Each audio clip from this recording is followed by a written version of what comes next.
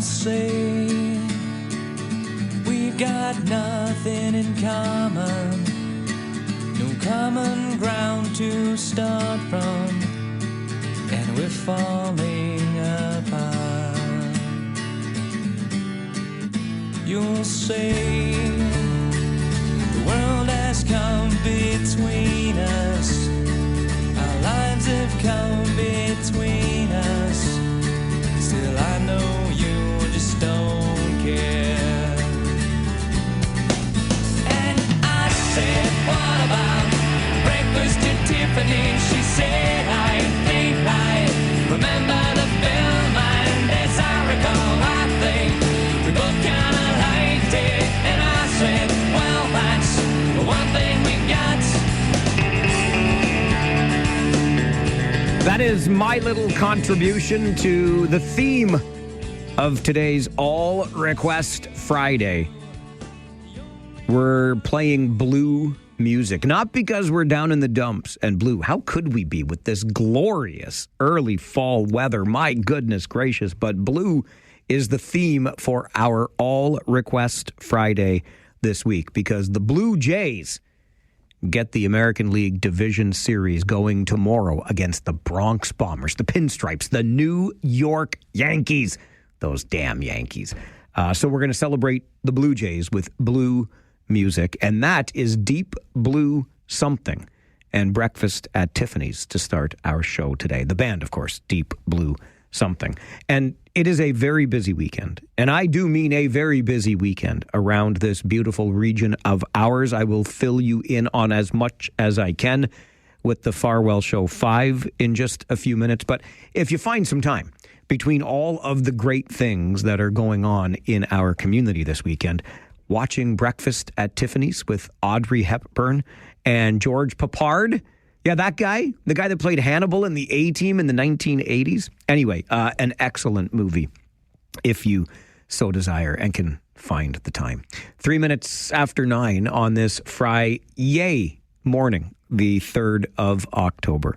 Welcome to the show. Thank you very much for stopping by, spending some of your valuable time with us. Really do appreciate that because we know how busy you are, and we hope that we are rewarding you for your loyalty and the time you spend with us here on the show. Love having you be a part of these conversations each and every day.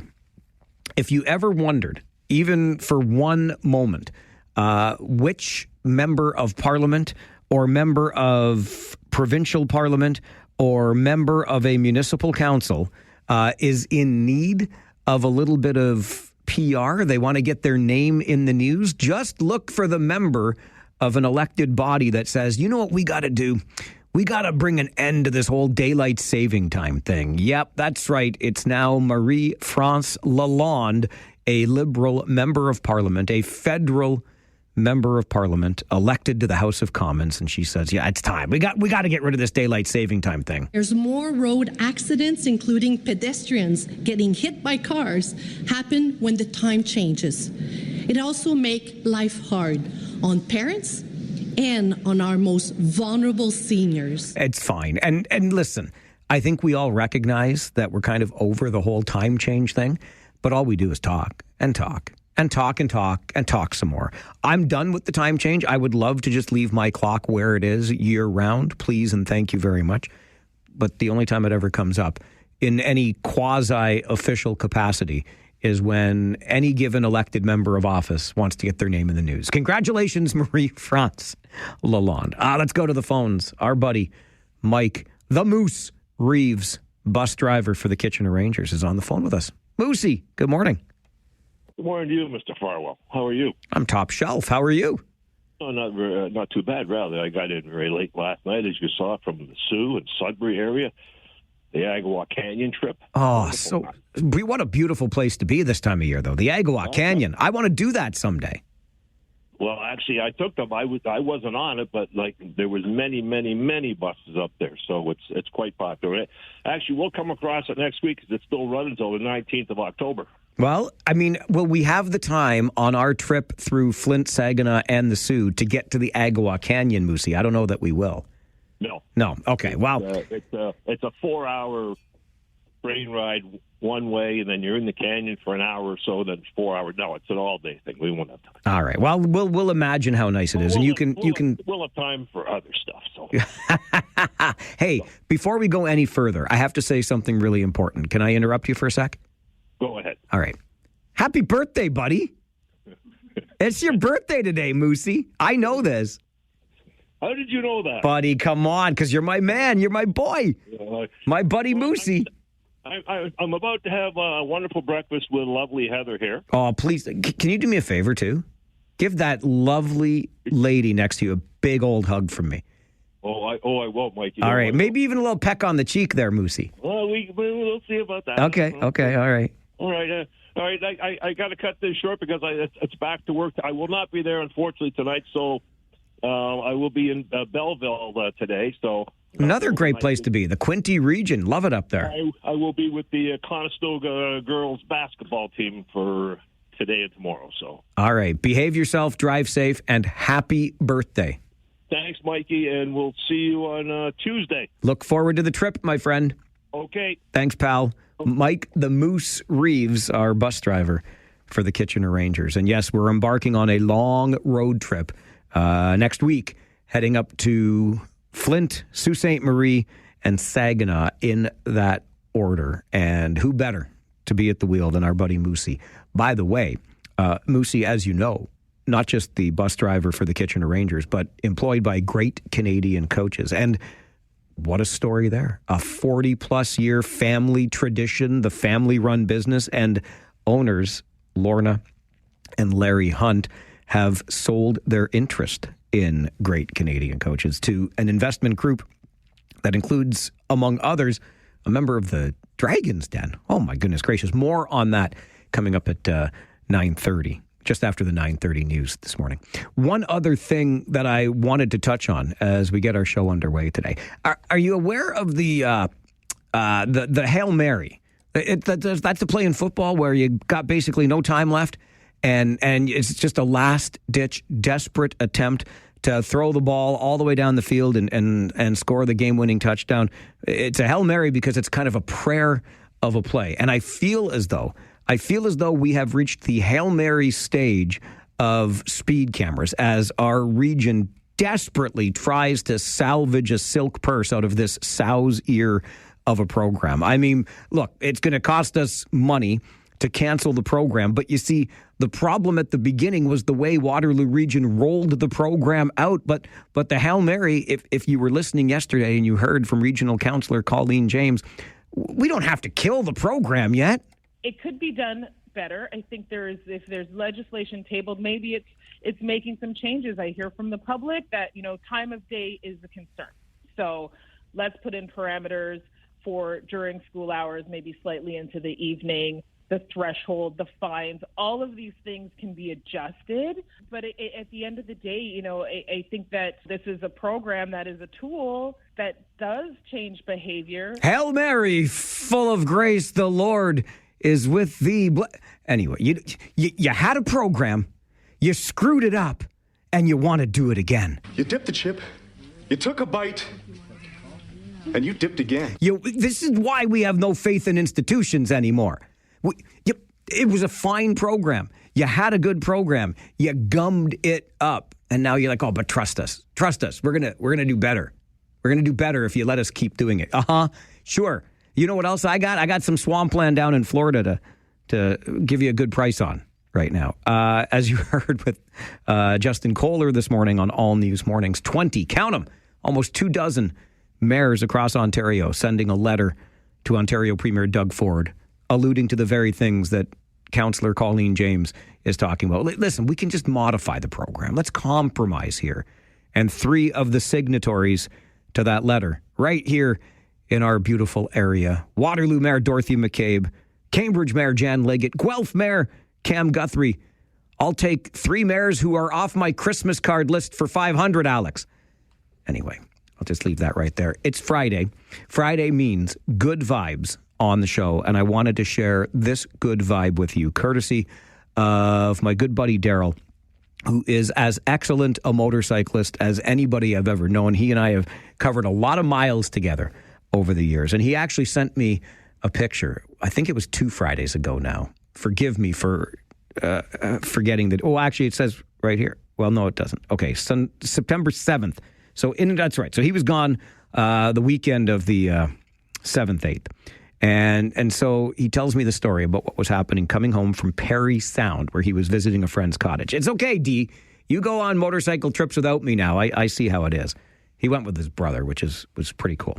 But they're coming back home along the 400. And we all know the 400, right? Like, what a dog's breakfast of a highway. Who wants to be out there unless they absolutely have to be? And they're on the 400, and it goes down to one lane for construction. They were stop and go for at least an hour. You know how much fun that is, D writes in his message to me.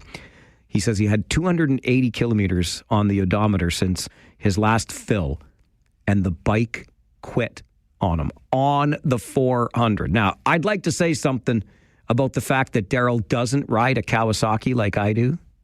Cowies are perfect bikes. I don't know if there's something with the gas gauge on the bike that Daryl rides, but either way, he was right out of gas on the 400, had to pull over to the side of the road. And what happens? I'll quote directly from Daryl's text. Couple good old boys rocking big diesels and fifth wheels hauling their camp toys stopped as I got off the bike on the shoulder. And their first words were, "Need fuel?" They filled me up and said, "Fill him up too," his brother who was riding with him. They would not take the cash in my hand. They said, "I'm happy to get my good deed in for the day."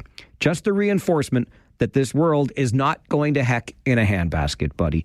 We need a reminder sometimes. So to the good old boys on the 400 series, who, by the way, turns out were from Brantford, just pulled over right away, asked the guys on the motorcycles if they needed a little fuel, filled them up, wouldn't take anything for it, got on their way to Brantford, and my buddies got on their way back home along the 400 with their motorcycles. The world is not going to heck in a handbasket. Is the loneliest number that you'll ever Okay, let's get to that busy weekend in our region on the Farwell Show 5 this morning. Number 1, Oktoberfest's free family breakfast is tomorrow at Binghamton's from 7 until 11. Join the Waterloo Regional Health Network Foundation as the free family breakfast tradition continues for a 41st year. Free pancakes, sausage, fruit, apple cider, coffee, and community spirit. Number 2, Coats for Kiwanis is happening tomorrow, 7 until 2 at the Kitchener Market. You can get a good quality, gently used winter garment starting at just $5. It's a first come, first served basis on the upper level mezzanine area of the Kitchener Market. Funds raised will support the KW Kiwanis Music Festival. Number 3 on your Farwell Show 5 this morning, Waterloo Wellington Region St. John Ambulance therapy dog teams have been invited to participate in a Blessings of the Animals service at Trinity Anglican Church on Sunday from 10 until, or starting at 10. That's the service at Trinity Anglican in Cambridge on Sunday. Now, if you don't know about St. John therapy dogs, they make a difference for many people in need in the region as well as Wellington County. Visits to hospitals, retirement residences, schools, universities, courtrooms, you name it, providing canine companionship and a non-judgmental presence in people's lives.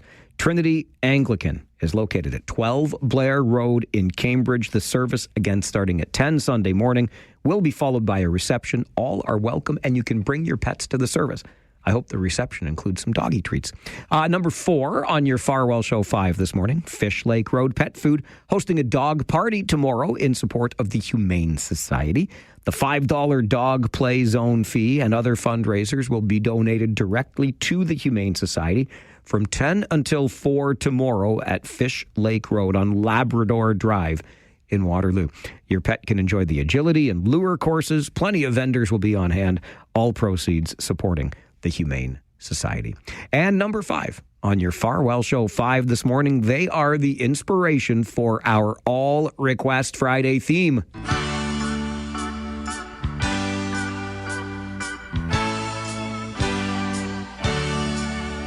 You got a diamond, you got 9 men, you got a hat and a bat, and that's not all. You got the bleachers, got them from spring till fall.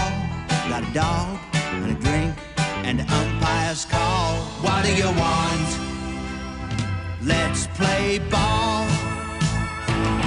Okay, Blue Jays, let's play ball. Oh, yes. The Blue Jays open the American League Division Series tomorrow afternoon versus those darn Yankees. You can hear all the action from Rogers Center right here on 570 News Radio starting tomorrow afternoon at 4. And yes, blue is the theme for our All Request Friday today.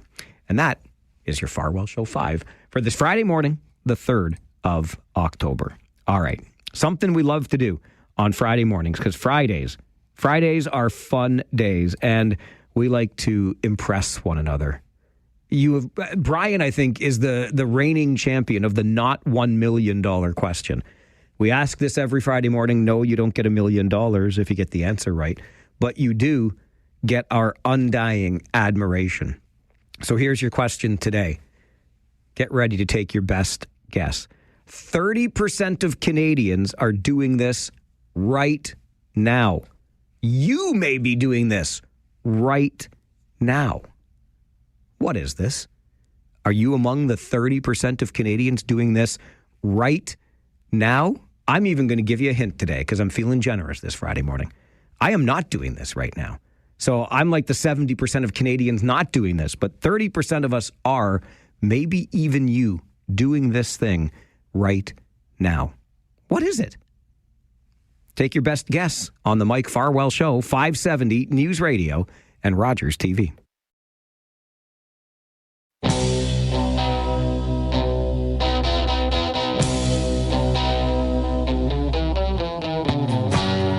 Guess I got what I deserve.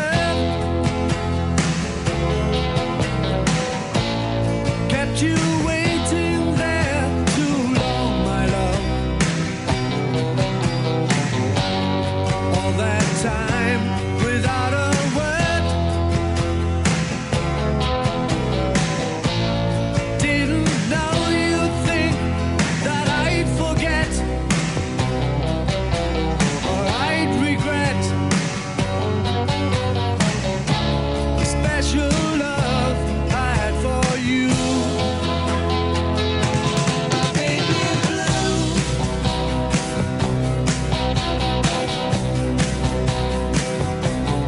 It is Baby Blue by Bad Finger on this All Request Friday Blue Songs edition. Terry sent in that request. So did our friend M in Guelph, but M, she was crafty, sent in a second request as well. So we'll get to M. She gets like double the value today because Terry wanted to hear that one too. So we'll get another blue song for M later on. But they both wanted to hear Baby Blue by Bad Finger on this All Request Friday Blue Songs edition. Something else we do on Fridays is ask you the not $1 million question. Today that question is 30% of Canadians are doing this right now. You may be doing this right now. What is it? My buddy Dave sends me a text, says driving. That's a very good guess. I wonder though, I wonder if more than 30% of us are driving right now. Anyway, not the answer we were looking for, but we'll see if we can find it. Gary is with us this morning. Farwell's Force member number 41. Good morning, sir. Good morning. How are you today? Top shelf. How are you? Beautiful. Did you, before I try and guess the answer, did you get that email that I sent you this morning with a picture that'll give you a good laugh from yesterday? When I got off the phone with you yesterday, you said, I've got a good idea about setting presets in my customer's car. Listen, Gary, I am full of good ideas. Yes, I did get your email this morning, and I even got, I don't know who sent it because they didn't sign their name to the email, but they had put 570 as their preset on every radio preset on that particular car. I posted the picture to our Facebook page. Check it out, facebook.com/The Mike Farwell Show. But yes, I asked Gary, who drives a shuttle, put that preset on 570. And if you work in the automotive industry and you have access to somebody's car, put 570 News Radio as their preset. They'll be, or at least just change the station to that so when they get back in the car, That's what's on the radio. I did. My first customer this morning, I said, I'm going to, because I got off the phone and I heard what you said. I said, I'm going to try it. So, yeah, my first customer this morning, I put 570 so it can maybe help join the Farwell force. Attaboy. I love it. I love it. Yeah, you're welcome. Okay, I'm going to take a guess at going for a walk. Going for a walk. Gary, Farwell's Force member number 41. Another good guess. 30% of Canadians doing this right now. You may even be doing this right now. What is it? It is not going for a walk. Francis is also with us this morning. Good morning, Francis. Well, good morning. Mine's kind of a two-part. I was hoping with the blues songs to hear Harold Reed of the Statler Brothers singing Atlanta Blues, but apparently there isn't enough time. Yeah, sorry. We got a full slate of requests already today, Francis. And now, I love you like a brother, so I'm eating a butter tart with raisins. What are you? Okay, you know what, Francis? I love you like a brother too, but I just hung up the phone on you because don't say stuff like that. What do you want to? It's Friday. We got good vibes only on the show for Friday, okay? Don't talk like that. Do not, raisins is like a curse word, particularly when associated with butter tarts. Remember this about butter tarts, okay? It's all about the goo. Anything you put into it, pecans or pecans if you're normal like me, raisins, chocolate chips, doesn't matter. You're just interfering with the delivery of the goo into your gullet. It's all about the goo. Butter tarts should be plain and gooey. Francis, I'm disappointed in you today. Jay is with us on the phone. Jay, good morning. Good morning. Do you know what 30% of Canadians are doing right now? I think it's a little bit high, but I'm going to guess that 30% of Canadians are respecting the posted maximum speed limits on the road. You think it's high? You think fewer than 30% of Canadians are doing that? I think it's probably like 3%. Oh, Jay, come now. Yeah, this is a culture of speed and entitlement, so yeah, that's my guess. All right. It's actually, no, it's a rotten guess. Because I'll tell you why. Because 97% of people in this region, according to the region's own statistics, are obeying, or at least within a good enough margin of the quote-unquote speed limit. I know, Jay, you want us to all adhere exactly to 30 kilometers per hour. Don't go 31. Anyway, I appreciate you, Jay. Good guess, but not the answer that we're looking for. 30% of Canadians are doing this right now. You may be doing this right now. What is it? When we were talking to Gary earlier and he mentioned my request yesterday for anybody working in the automotive field, if they have access to somebody else's radio in their vehicle, please change that radio station to 570. And I posted the picture on our Facebook page yesterday, facebook.com/The Mike Farwell Show. Also, I should thank you for your help yesterday in helping me understand what it's like to be married. And when you see a pair of pants on the floor, doesn't matter whose pants they are, you pick them up without any questions asked and you just move on with your day.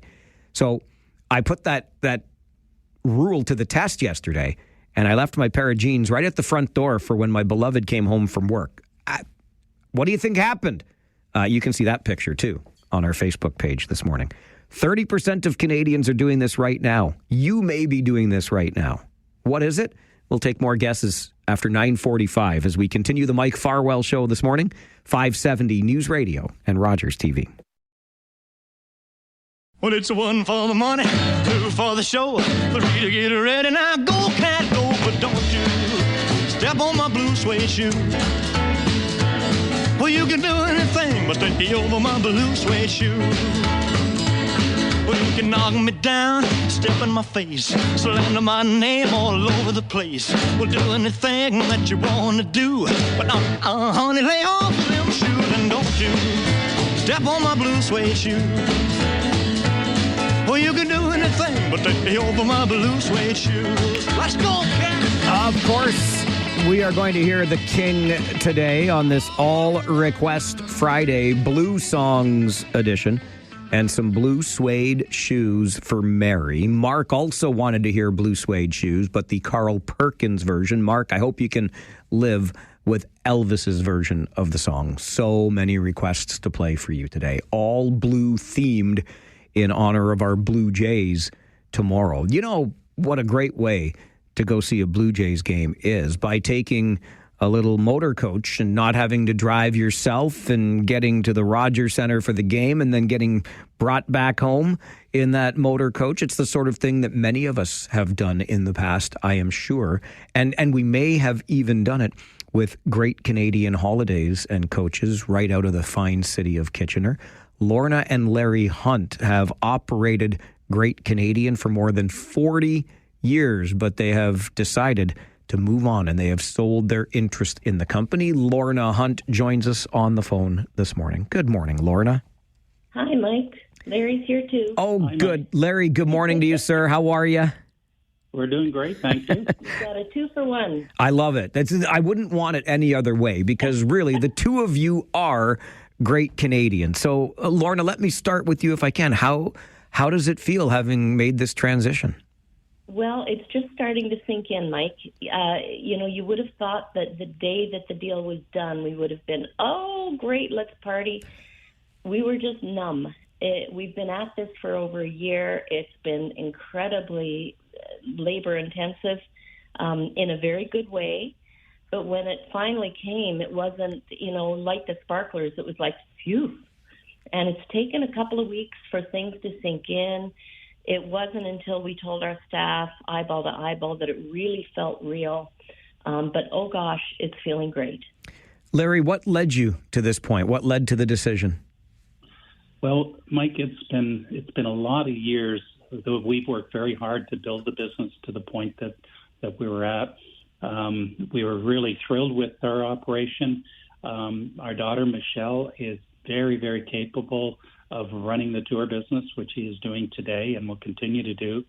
But Michelle didn't really feel that she wanted to take on all of the company. And, the complexity of running a coach business alongside of the tour business would have been a monumental task. And she knew she could always depend on mom and dad, but knowing that mom and dad are going to retire and she was going to have to go it alone, she just really didn't want to take over all of the family business. So we felt it was time to pass it to some new owners. You talk about all those years, Larry, building the business. It goes back 42 years just with Great Canadian Holidays and Coaches, but I know both you and Lorna were involved in the industry even before that. Can you share the origin story of Great Canadian with us? I think it probably started with me operating buses as a student and a campus entrepreneur at University of Waterloo, taking students home, but getting a summer job and then going to work for a company called Burley Bus Lines in Cambridge. And I started to run some tours for Burley Bus Lines, got the attention of United Trails, which was part of the Lishman Coach Line empire back in the day. They wanted me to join them, and I took on a role there and started a group sales program selling tours to groups all over southwestern Ontario. It was so successful that I couldn't keep up with everything, and I needed an assistant. And Lorna was interviewed and hired, and she worked as my assistant to help build that business. And we went on to start another company with a partner called Golden Age Travel for several years.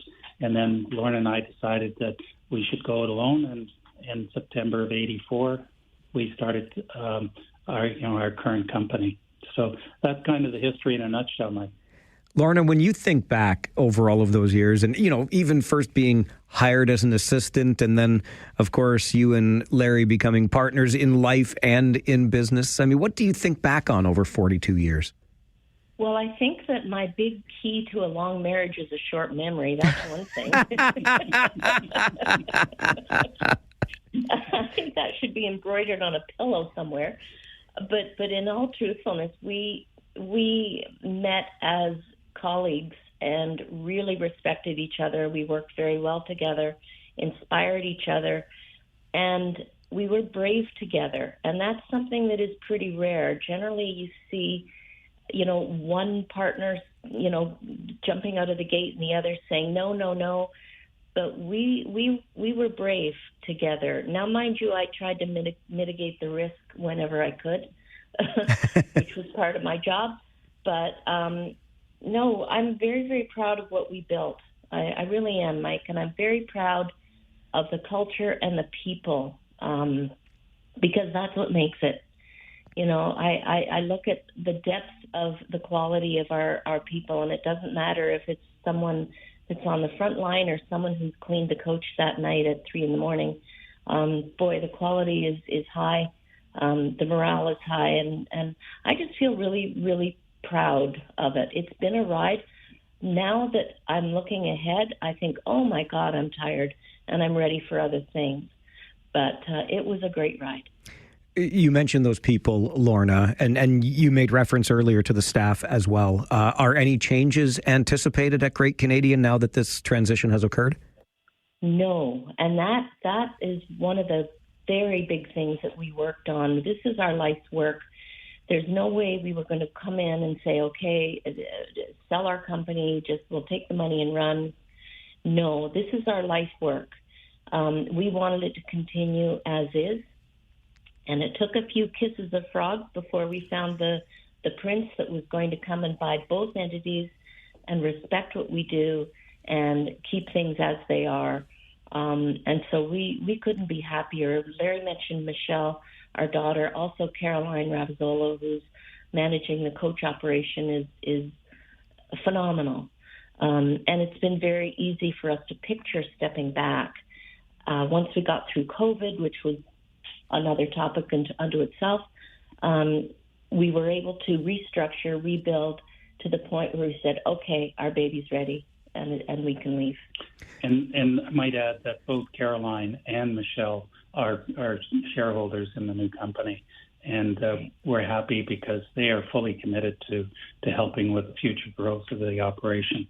Well, that'll certainly, I know, having gotten to know both of them, sustain exactly what we've come to expect from Great Canadian over the years, which is great to know. You know, Larry, Lorna just mentioned COVID, and I remember talking to you during that time, and what a curveball that threw to your industry in particular. So many others, but absolutely it hit the work that you do. When you look back over 40 plus years doing this, how is the coach industry today? What changes have you seen over the decades? You know, there's been a tremendous amount of change since we first got into the business. We were hampered by regulations. We wanted to buy coaches back in the 70s, but couldn't because it was the market was heavily governed by the Ontario Ministry of Transportation. But, you know, we finally did get our coaches. And, you know, one of the things, and that was in 1990, we first started to buy coaches, but we could have been a much bigger and better company. I don't know whether we could have been better, but we could have been certainly bigger had we not had the shackles of regulation tied to us. But, you know, we went through some difficult times like SARS and 9/11, which was a very devastating time. The market crash in 2008, but I can say that COVID was one of that was very crippling because they just upgraded our fleet, bought a bunch of new coaches, heavily financed, of course, because they were very expensive and there were many of them. And sadly, they all sat parked, during that COVID period with no revenue. So we had a lot of sleepless nights, and, you know, I think a lot of other operators had the same, and many of them didn't survive. And so the coach industry is in quite disrepair right now. The government finally deregulated the industry, so we have some new entrants getting in. But, you know, we've lost our biggest carrier, and that was Greyhound, who stopped all the line run service in Ontario. And so it left a huge void in the marketplace. So our industry was in need of help during COVID, and the government did not help us here in Canada. They helped our American friends because they recognize the importance. We are a vital service for people that want to travel from city to city. Transit gets tons of money, billions of dollars. We got absolutely nothing. And our service is just as important as city transit. The highway transit system connecting cities is vitally important to so many people. But so our industry is in tough shape. But we rose above all of that, and now we've exited at a very good time for us anyway. So what now, Larry? I mean, you and Lorna have both poured your hearts into this. I've always considered Great Canadian and the Hunt family synonymous with one another. Like, you've been going 100 miles an hour, so to speak, for all these years. Now what? Well, I'm going to let Lorna talk about her special project because this is near and dear to both of our hearts. And Lorna, go ahead. First of all, Mike, a lot of people, when they retire, they say, "What's on your bucket list? Where do you want to go?" And we kind of want to say, nowhere, because our travel has been our job and we love it, but we don't vacation well. I mean, keep us away from a beach and an all-inclusive, forget it. We want to be moving and looking. And so anyway, there will be travel, but it won't be what one might expect. I think I spoke to you, Mike, about My Canada Project, which was a side thing that I did for students, just getting grade 8 students to consider what their country means to them. And the program was actually adopted by the Rideau Hall Foundation, so I'm thrilled about that. And it is coast to coast to coast. And I'm delighted. I've got a couple more little ideas that I'm percolating right now. But what's nice is to wake up in the morning and to realize that you've got a plate full of choices. That is so foreign to us. I'm really excited about that. I'm so happy to hear about the continued success of your Canada project, Lorna. I know one of your coaches was designed with a tribute to our veterans and more, and it's very meaningful work. So kudos on that. And to the both of you, thanks for all of the years, and I look forward to crossing paths at some point again in the not-too-distant future. Me too, Mike, and thank you for your support. You've been amazing, and you've been an open ear. We appreciate it very much. Thank you very much, Mike. Thank you both. Enjoy your Friday retired day today. Yeah, time for a second cup of coffee. Good. Go enjoy it. Thanks very much for joining the show. Thank you, Mike. Our friends Lorna and Larry Hunt joining us this morning. Great Canadian holidays and coaches. No staffing changes. Mikey the Moose Reeves, who called earlier today, he's still going to be driving that bus for us with the Kitchener Rangers this season and more. But that is, I'll tell you what, you put your blood, sweat, and tears into something. Local family, local company for 42 years, and the Hunts have sold to an investment company that includes one of the members of the Dragon's Den, a show you might have seen on TV. So there you go. After 42 years, Lorna and Larry move into retirement. A plate full of choices. So happy for them, and they've done great work over the decades. All right, we're going to take a quick break. When we come back, happy to take more of your guesses towards an answer to our not $1 million question today. 30% of Canadians are doing this right now. You may even be doing this right now. What is it? More guesses coming up on the Mike Farwell Show, 570 News Radio and Rogers TV.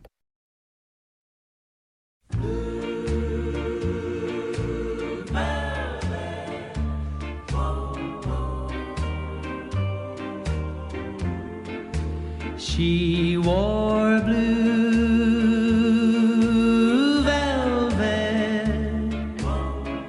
bluer than velvet was the night, softer than satin was the light from the stars.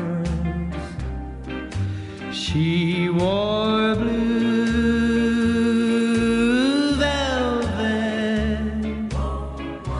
bluer than velvet were her eyes. That's Bobby Vinton. Warmer than and Blue Velvet. On your All Request Friday, Blue Songs Edition, as we celebrate our Blue Jays who take on the New York Yankees in the American League Divisional Series, which opens tomorrow. You'll hear the game right here on 570 News Radio. Our good friend Dave from Cambridge wanted to hear Bobby Vinton's Blue Velvet. I still want to hear the answer to our not $1 million question today. You get the answer no, you do not get $1 million. You do, however, get our undying respect and admiration. 30% of Canadians are doing this right now. You may even be doing this right now. What is it? 519-570-2545, star 570, 1-800-570-5715. Rob via email to Mike at 570news.com. Sleeping because they worked a night shift last night. Good guess. Not the answer we're looking for. Both Ron and Veronica guessed eating. Also a very good guess. I haven't even eaten my hard-boiled eggs yet today. I'll get to those. Not the answer, though. Let's go to the phones, see if we can find an answer to the not $1 million question. Bill, good morning. Good morning, Mike. How are you? Good. How are you? Not too bad, thanks. Good. I'm going to say listening to the radio. Listening to the radio. Great guess. I hope it's 30% or maybe even more. Not the answer we're looking for, but a good guess. Talk to you later. Thanks, Bill. You take care. That reminds me of Rob's answer from Cambridge. Listening to my show. If 30% of Canadians were listening to my show, I would love that. I mean, the Farwell's force is up to 182 official members of Farwell's force, but I do not believe 30% of Canadians are listening to the show right now. But gosh, that'd be great if they were. I like Anthony's guess. I like Anthony's guess a lot via email to Mike at 570news.com. 30% of Canadians are doing this right now. You may even be doing this right now, scrolling on your phone, Anthony guesses. Not the answer we're looking for. Dare I say, the answer, the number of people, the percentage of people scrolling their phone right now is probably far higher than 30%. Did I tell you about all the dog walkers I saw the other day? Out of the dog, okay, there were 4, but 3 of the 4 were looking at their phone as they walked their dog, including the guy at 6 a.m. It's still dark outside. I get to a stop sign. I look to my right. There's the guy walking his German Shepherd looking at his phone. I'm like, what? How? It's 6 o'clock in the morning. How important are you? Anyway, Anthony, good guess. Not the answer that we're looking for. 30% of Canadians doing this right now. You may be doing this right now. What is it? I don't know who's on this phone line, but I'll say good morning. Hello. Who's this? Who's this? Kevin. Hi, Kevin. You got an answer? I'm thinking shifting their plans to watch the Jays game tomorrow. I like that guess, Kevin. I like it a lot. Not the answer, but go Jays, go. You got it. All right. Thanks for the call. Good to hear from you. George in Cambridge. Good morning. Yes, Mike, I'm going to be guessing. I hope no one has said this one yet. Having breakfast. Eating food did come up a number of times, but that's not the answer. All right. Thanks, George. I did give the hint that I'm not one of the 30% of Canadians doing this right now, for what it's worth. Tina, good morning. Good morning. What do you think? 30% of Canadians are doing this right now. What is it? I had to slip into the grocery store between this segment, so I'm not sure if this was already said, but I'm going to say sleeping. Sleeping. Another good guess. Not the answer we're looking for. Somebody did suggest maybe because they worked the night shift, they're still in bed. Not the answer, but good guess, Tina. Jason, give us the last guess. Go in the washroom. Going to the washroom. Right now, going to the washroom. How would we know, Jason? Well, people listen to their phones in the washroom. Please don't do that. Although I do want you to listen to the show. What are 30% of Canadians doing right now? You may even be among them. They are wearing jeans. How about that? 3 in 10. Look around the office today. Oh, wait, nobody's in the office. Forget I said that. This is the Mike Farwell Show. 570 News Radio and Rogers TV.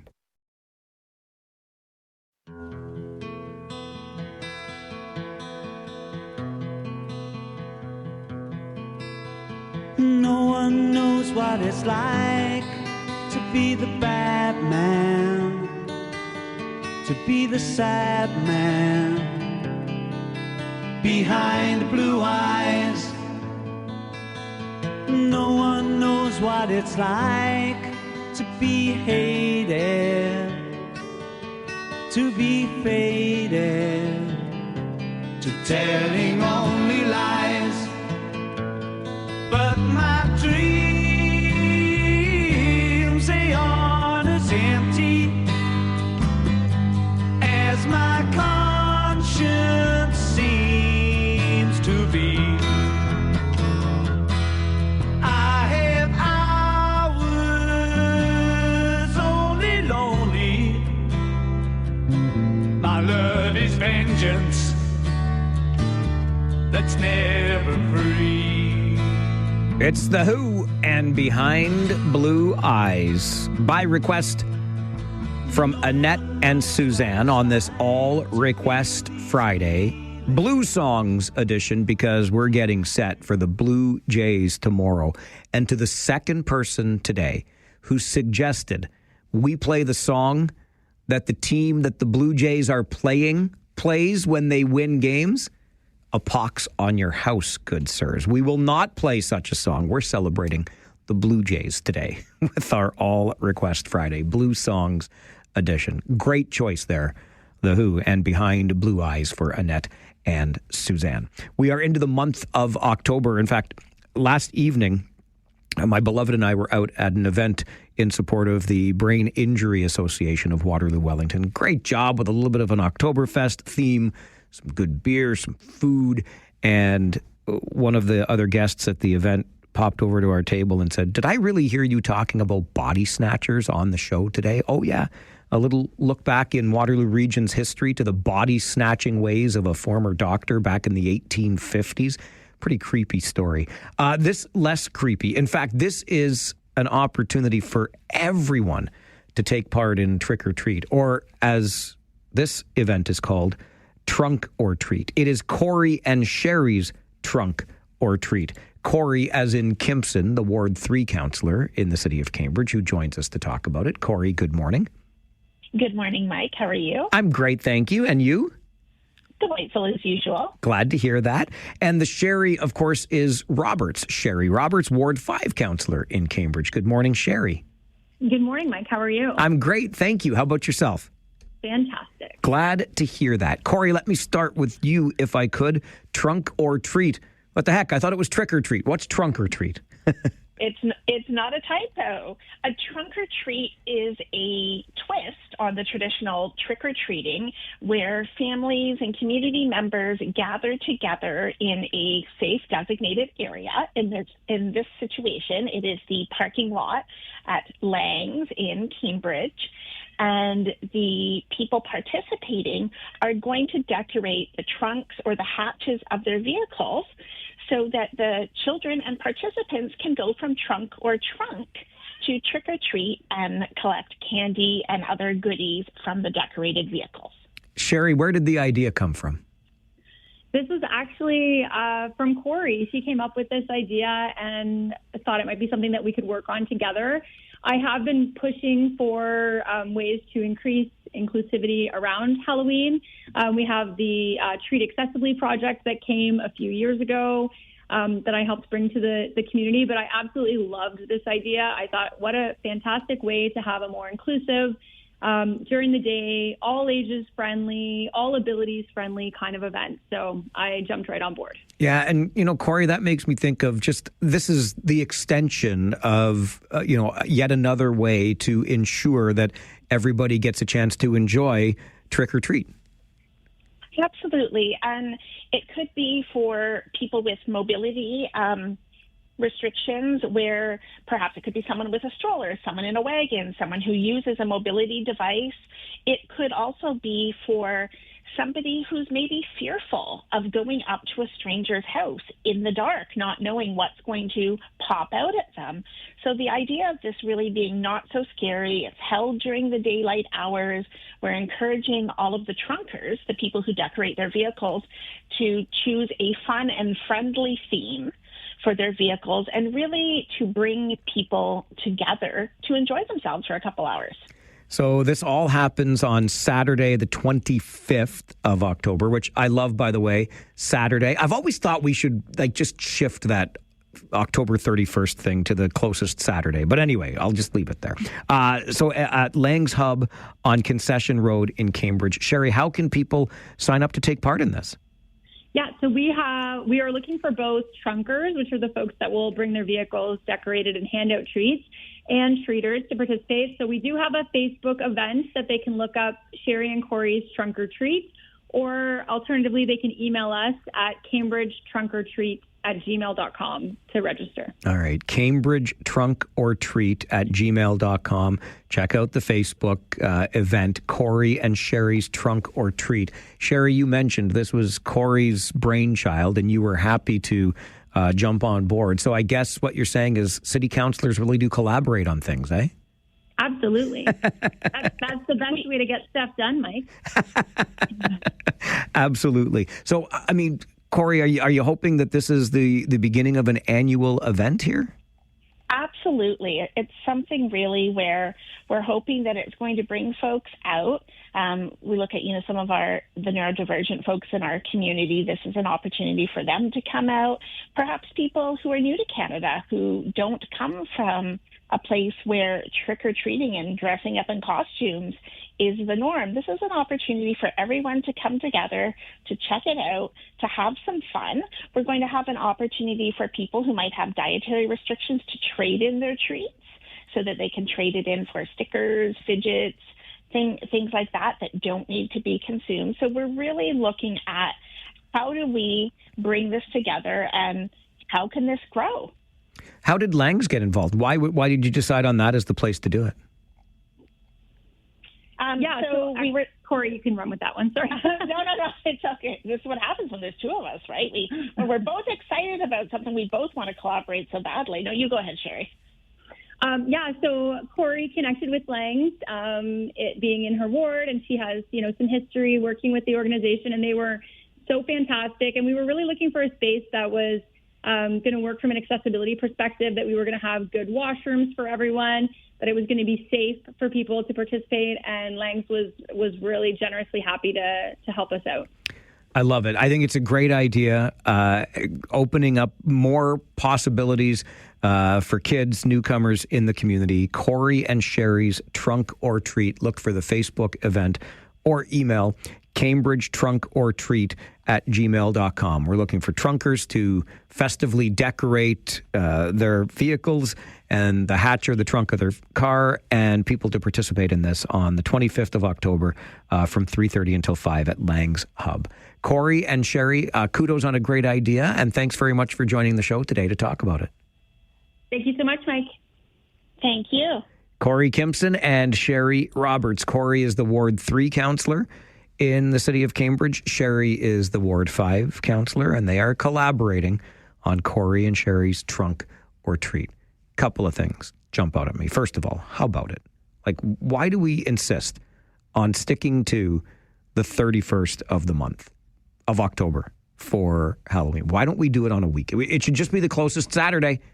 Come on with your coming on around here. Why are we beholden to October the 31st on the calendar? I've been asking this for a long time. On a weekend, it's just so much better for families. The kids don't have to get up and go to school the next day. You're not rushing home to get through dinner, to get the kids out so it's not too late, blah, blah, blah. Come on, we can do this. And when I heard about the opportunity to trade, some of the treats that may be there, I remember trading too when I was a kid, right? We'd all come home. There were 5 of us in the Farwell family, don't forget.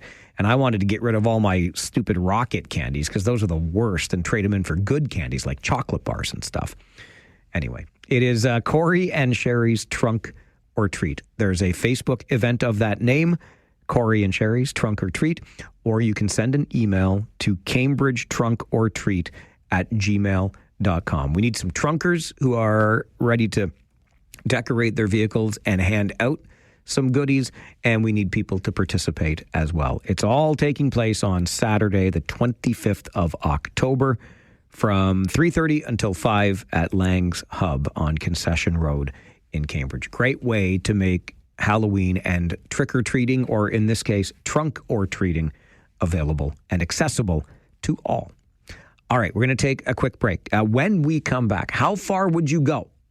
How far would you go to be first in line for pancakes? This is not about the pancake breakfast tomorrow, although if you want to line up early at Binghamton's, starts at 7, runs till 11, the 41st annual free pancake breakfast. This is put on by our friends at the Waterloo Regional Health Network Foundation. Tomorrow at Binghamton starting at 7. By all means, line up early if you want to be first in line. But let me tell you about these young fellas who were first in line at the big event in Wellesley last week. How far did they go for their pancakes? We'll talk to them coming up on the Mike Farwell Show. This is 570 News Radio and Rogers TV.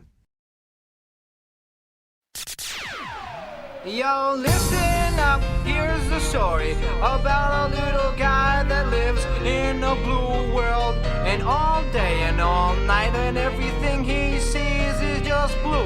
Like him, inside and outside. Blue his house with a blue little window and a blue Corvette. And everything is blue for him and himself and everybody around. Cause he ain't got nobody to listen. I'm blue, You are welcome for the earworm today. Clinton and Ron, by request, on this All Request Friday Blue Songs edition. Wanted to hear that very song, Blue, by Eiffel 65. And yes, now the earworm is yours to deal with the rest of the day. We're playing blue songs on All Request Friday in celebration of our Blue Jays, who open the American League Divisional Series tomorrow versus the New York Yankees. All right, I've been looking forward all week to having a conversation with these two young men who join us right now. I told you on Monday that my beloved and I had a great time on the weekend, like so many others, thousands of others, a beautiful day to go out and enjoy the Wellesley Apple Butter and Cheese Festival. Last Saturday in September, you can count on it. We went out, we enjoyed ourselves, but I'm not sure anybody enjoyed themselves more than our next guests this morning. Luca McEwen and Jonas Rohr join us. Luca, good morning to you. Hello. And Jonas, good morning. Morning. All right, Luca, let me start with you. You two, along with your other buddy Barnaby, were determined to be first in line for that pancake breakfast at the Wellesley ABC last Saturday. Why is being first in line for that breakfast so important? Are the pancakes better? Well, to us, it was just kind of something fun to do. They did give us bigger pancakes for first in line, which was pretty nice. So, but you know, when you're in Wellesley, there's not always too much to do. But when there's something like this, it's really enjoyable. So we had to try it out. Jonas, you guys have been doing this for a little while. Like, how many years have you been going to this effort to be first in line? Well, as a group, we've been doing it for the last 4 years now. We always just tried to get up as early as we can, get that first in line, and we missed it the last 3 years. And we just kind of thought, you know, next year, some of us are going to be gone, and we probably won't be able to make it next year going off to school and stuff. So we just thought, why not just secure it 100%? So we thought just get up at 3:45 in the morning, get there at 4, get that guaranteed first. All right. We call that the crack of stupid, just so you know, okay? 3:45 on a Saturday, you guys got up so you could be in line at 4 a.m. Yeah. Okay. Jonas, who was it that beat you the last few years? Like, what time were you getting there that you weren't first in line? More around like 6 in the morning. People were getting there around that time. Sometimes we'd like walk down the road, you know, we'd see them just get there right before us. So it's been around 6 a.m. the last few years. So you went hardcore. You wanted to make sure you're going to be first. So 4 o'clock, you're there. Yeah. Okay. Luca, whose idea was this? Like, what do you guys talk to each other, text each other, whatever, and somebody says, not a chance I'm getting up at 3:45 in the morning. Like, how did this all come about? Well, I don't know. I think I was the one who made us wake up super early. I was really, really determined. And I mean, it's like the difference between 1 or 2 hours of sleep. Like, if we're going to wake up at 6, it's like 1 or 2 hours isn't that big of a deal if we want to get first. So yeah, it's 3:45, but it was mostly my idea, but we kind of regretted it later because the next person to come was like 6:15.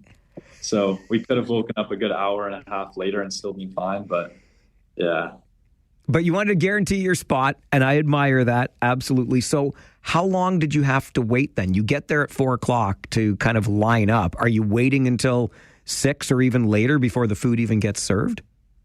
Yeah, it gets served at about 7. So we were waiting for like a good 3 hours, but yeah, we kept on talking to people once they came, and then we were playing games on our phone and stuff like that for the first hour and two.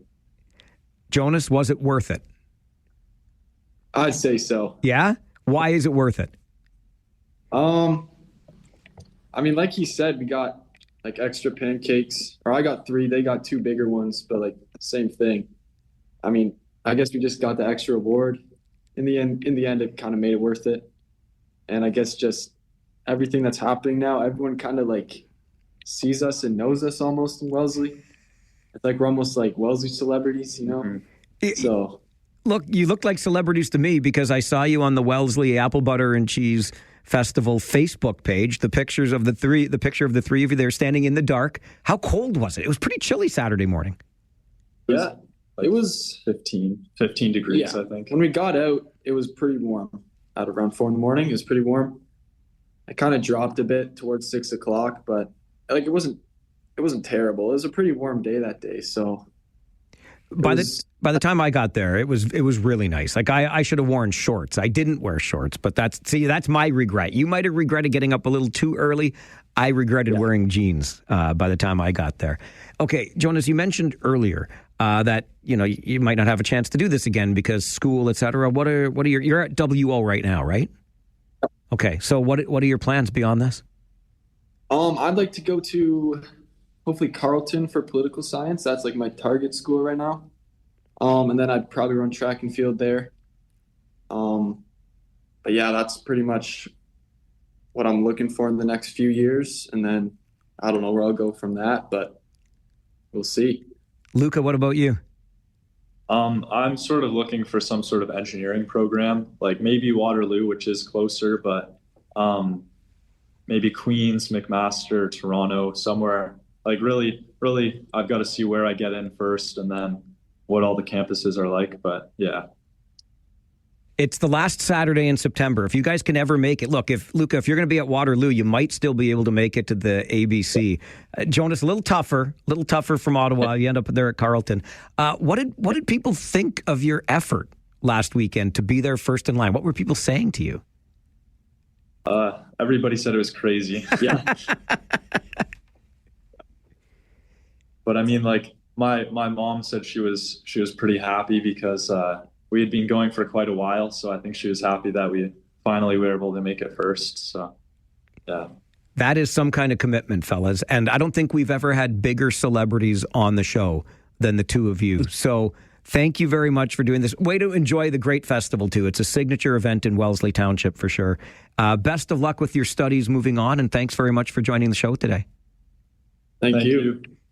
That is Luca McEwen and Jonas Rohr joining us on the show. They were first in line at the Wellesley Apple Butter and Cheese Festival last Saturday. How did they make sure they were first in line? Because they showed up at 4 o'clock in the morning. Last 3 years, somebody beat them. They thought, if we're getting here at 6:15, it's not getting us there in time. We're going to have to get there even earlier. And so they did. 4 o'clock in the morning to line up for pancakes, to be first in line at the signature event in Wellesley Township, the Apple Butter and Cheese Festival, last Saturday of September. Luca, Jonas, their buddy Barnaby, good job, fellas. Good job. Hey, I think we're going to see a good job from our Kitchener Rangers tonight, aren't we? Playing the Owen Sound Attack. The Attack beat the Rangers in Owen Sound last Saturday. Kitchener gets to play host tonight. The Coaches Show with Rangers head coach UC Ahokas is coming up on the Mike Farwell Show, 570 News Radio and Rogers TV.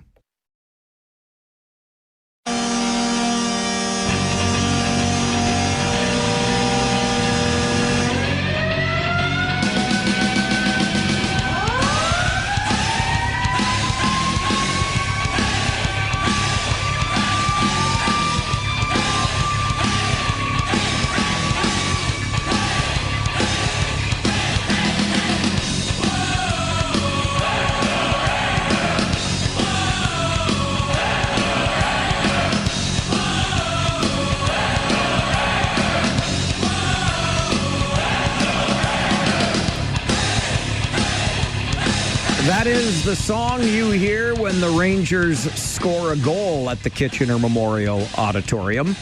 And the song you hear Friday mornings at this time, which begins the Coaches Show every week with Rangers head coach Jussi Ahokas. Good morning, Jussi. Oh, good morning. First loss of the season last Saturday. Nobody gets to go 68-0, I don't think. But the first loss, how does that feel? Is it humbling? How do you respond to the first loss of the season after starting with 3 wins? Well, I think it's a good wake-up call for us. Like, what do you need to do to win games? And then we weren't even close. Sunday, we didn't battle hard. We took too many penalties, dumb penalties. So you don't win hockey games doing that. So it's a good wake-up call. And now we got also a week of practice with the team. So that was a good thing. So we should be ready today. How did you spend that week getting ready with some of those faces that just came back into your lineup last weekend? Well, and all just getting our systems put in place. And, of course, they've been, but practicing more of them. And then special teams, we had time to practice special teams also. So that was a good thing. Get some setups and a little bit new lineups. So it was good. I thought of that after the game last Friday, Jussi, when Cameron Reid talked about, having played with Nashville on Thursday and then right back on the ice with Kitchener on Friday, and the systems were different. I mean, how difficult is that for a player to go from one team to another team and kind of figure it out as they go along? Well, of course they know, but of course, always when you played a different system somewhere else, it takes a little bit of time to change and just to get the reps in. And all in all, a lot of our guys were two weeks away, and then we didn't really, when they came back, they had only 1 or 2 practices, and then the game was. So now we've had a little bit more work together and been as a team also being spent time. So that's a good thing. And so it's early, and we haven't played, I think, for the last 4 games. We haven't been there where we want to be. So we have a lot to improve. What are you still looking for as a coaching staff from your club? Well, we still, it's the little details, stick details, how we defend, how we forecheck, do we finish our lines, are we moving up? It's just the basic things, but then also that our 5 guys, we work as a unit, so that's still a little bit not there where it should be, but it's early in the season. It's never perfect early in the season. So, but like I said, we have to keep developing and getting points, and we're in an okay spot. 4 games, 3 wins, but you won't get wins if you keep playing the same and if you don't get better. What did you learn from Owen Sound last weekend that you have to work on when you play them again tonight?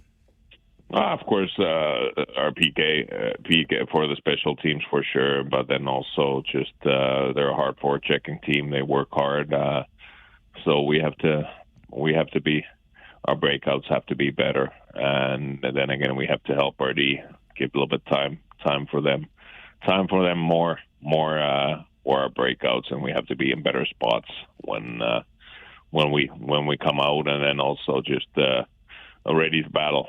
It won't come easy, and no win comes easy, but we have to be ready to put full mode on right away from the start. Any added motivation tonight, Jussi, because they handed you your first loss last week? Maybe you can give them their first loss tonight? No, of course, that's the thing. But then again, it's 68 games, so you get the same amount of points. So I rather think every game should be that we're ready to go. But for sure, now it's a good time for us to come back. Looking forward to the game. As always, we'll see you at the rink, Jussi. Thank you. Okay, see you. Thank you. Thanks. Jussi Ahokas, head coach of the Kitchener Rangers, joins us every Friday morning, 10:30, for the Coaches Show, getting us ready for the big game tonight. The Rangers taking on the Owen Sound Attack. 2nd of 8 regular season meetings between the two clubs. I emphasize the 8. Don't get me started on the schedule that sees teams play each other 8 times. I think we could do with some improvement in that regard in the league, but that's okay. It's already the second chance for the Rangers to have a bit of a home and home here, as they had Erie in Kitchener, and then, no, we had Erie in Erie a couple of Saturdays ago, and then Erie came to Kitchener. Same thing, we were in Owen Sound last Saturday. Now the Attack come to Kitchener for this fourth game of the season for the Rangers. The Attack have already played 4 games, and how about them? Owen Sound is off to a 4-0 start to the season. So, you know, and I love UC Ahokus's approach and really the approach of this coaching staff in Kitchener to the games, the season, etc. 2 points is 2 points. The idea is to go out there and execute your game plan and play the way that this coaching staff wants the Kitchener Rangers to play, and the points will follow. But I like to think there's a little bit of added motivation today because Owen Sound did a pretty good job last Saturday, scoring 4 power play goals against the Rangers in the 5-2 win. So Owen Sound remained unbeaten, and the Rangers had their first loss. So Kitchener gets the chance on home ice tonight to hand Owen Sound its first loss. You think of the Attack's wins, though. 4 wins. They beat London on opening night. They've beaten Barrie twice. Now, Barrie, not off to the greatest start. A lot of people coming into the season thought the Colts would have a pretty good team. But still, Owen Sound's 4 wins. London, Barrie times 2, and Kitchener. That is not bad at all. The Attack are one of 3 still unbeaten teams in the Ontario Hockey League at 4-0. The Ottawa 67s are 3-0. And don't even talk to me about the Windsor Spitfires right now. Holy moly. The Spits are off to a 6-0 start after a 6-0 win over Niagara last night. And they only allowed 9 shots in the entire game, the Windsor Spitfires did. A 6-0 start to the season for the Spits. So they are the cream of the crop early on. Again, Ottawa also unbeaten, leading the East. Kitchener Rangers right now sitting 4th in the Western Conference and 2nd in the Midwest Division. Owen Sound is first place in the division, and then the Rangers sit 2nd. Guelph, Erie, London round out the 5 teams in the division.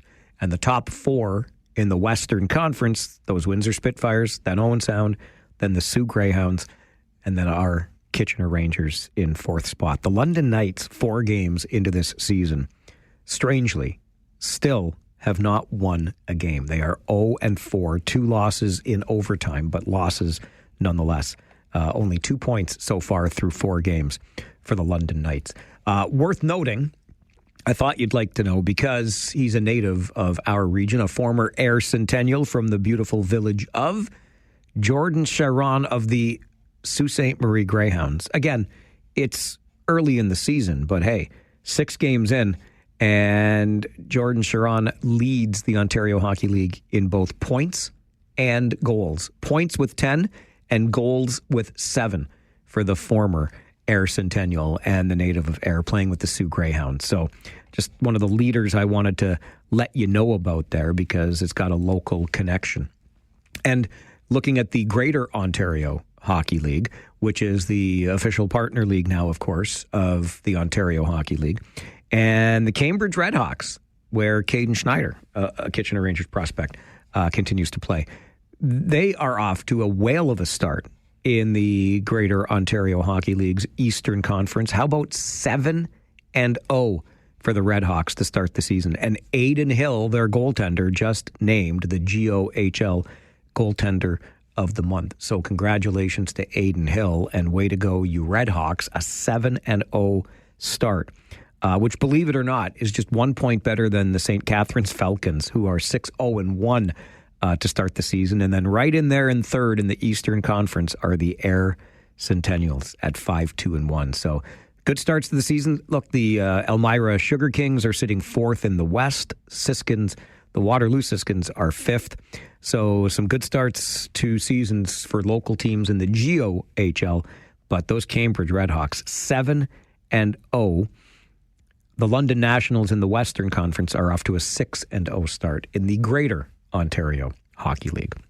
The focus every Friday morning at 10:30 is the Coach's Show with Rangers head coach UC Ahokus. We heard from him ahead of tonight's game versus the Owen Sound Attack.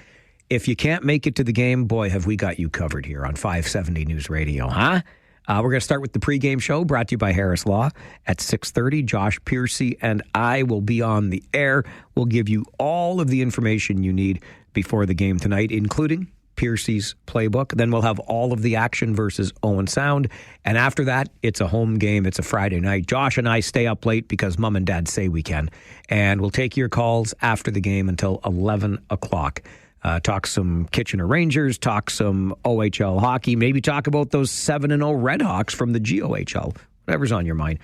Josh and I will be more than happy to entertain the conversation on the You Save Flooring post-game show tonight. So anything you need for the Kitchener Rangers, you will find right here on 570 News Radio. We're going to start pregame coverage from the Memorial Auditorium at 6:30. All right, a quick break. When we come back, we haven't had a Farwell report in a while, have we? It doesn't pay to be a burglar, or does it? Well, in Florida, maybe not so much, but in Barrie, Ontario, maybe it's okay. The cops let this suspect go. The Farwell report for this Friday morning coming up on the Mike Farwell Show.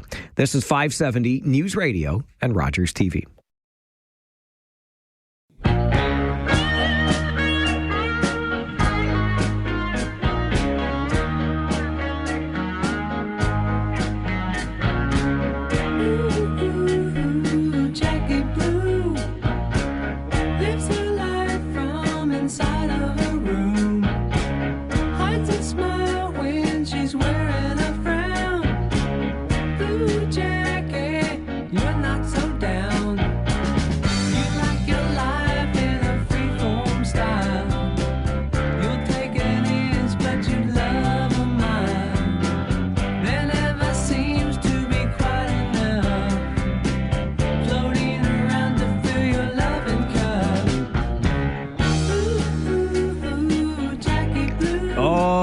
Dana, I like me your choice of request on this All Request Friday Blue Songs edition. It is Jackie Blue by the Ozark Mountain Daredevils, and we are celebrating blue songs, or playing blue songs, in celebration of our Blue Jays, who open up their playoff divisional series versus the New York Yankees tomorrow. Go Blue! And I don't mean Michigan. Jackie Blue, Ozark Mountain Daredevils on this All Request Friday Blue Songs edition. Haven't done a Farwell report in a while. I think we're overdue, and a couple of burglaries to let you know about. One of them in nearby Barrie, like 90 minutes from here, where the cops let the suspect go. They get to the place, the suspect was still there, and the police didn't even give chase. I'm trying to figure that out, but I'll get to that story in a minute. We're going to start, though, in Florida, because where else would you want to start? And like many of us here in this part of the world, security cameras around one's home, right? So this happened in the wee hours of the morning. The homeowner awakened a little after 2 a.m.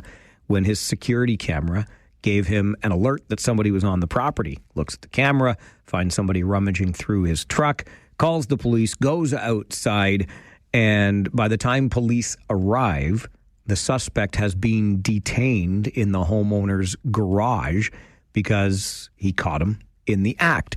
The little twist on this story, though, it wasn't just any old homeowner that detained this suspect. It was a homeowner wearing Batman pajamas.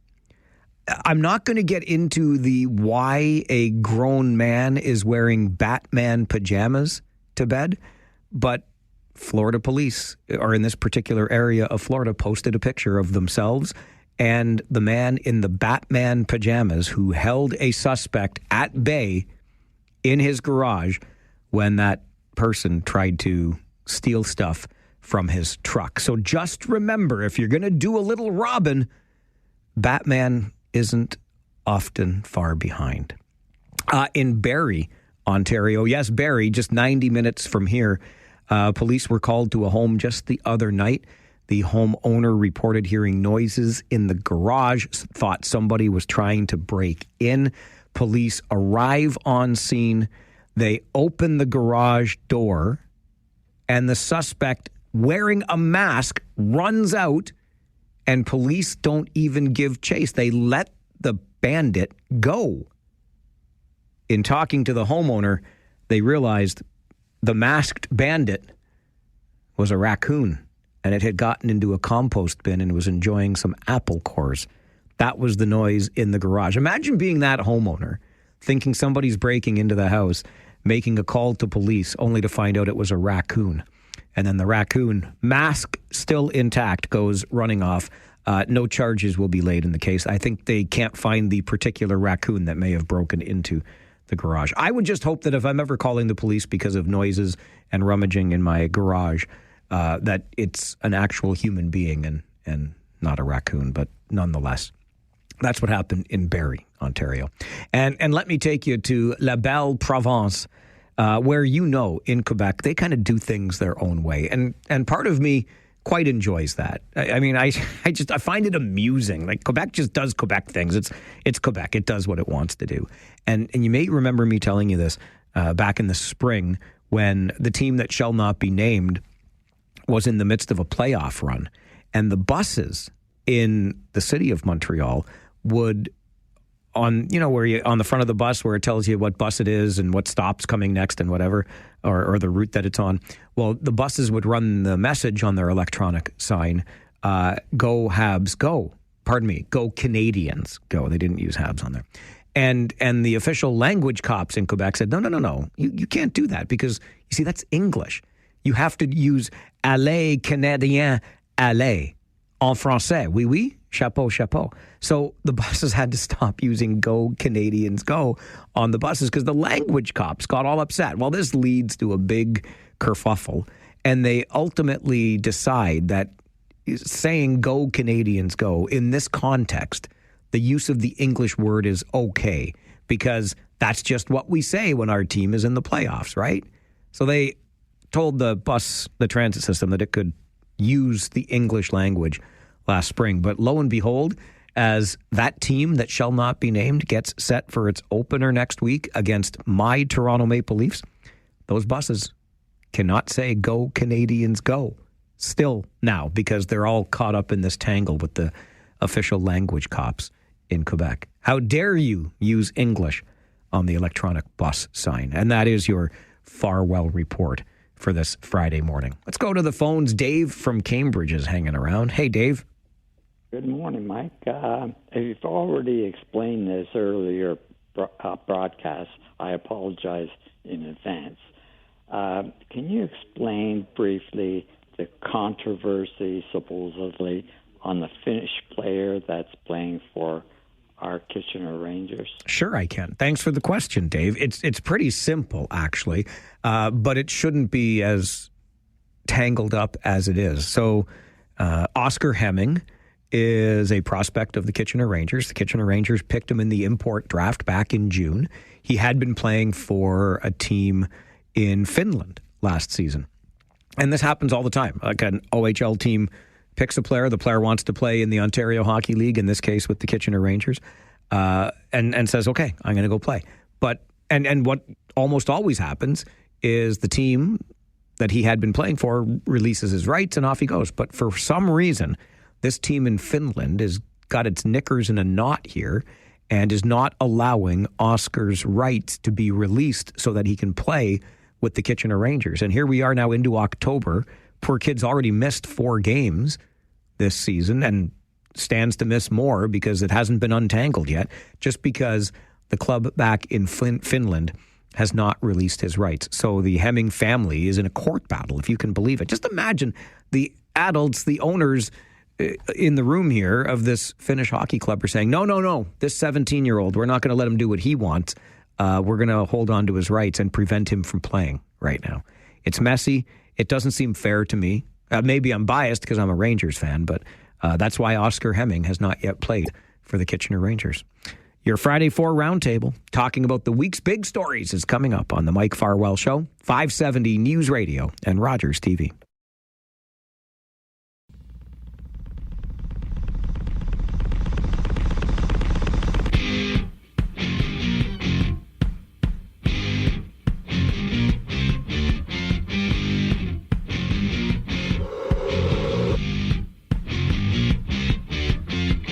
You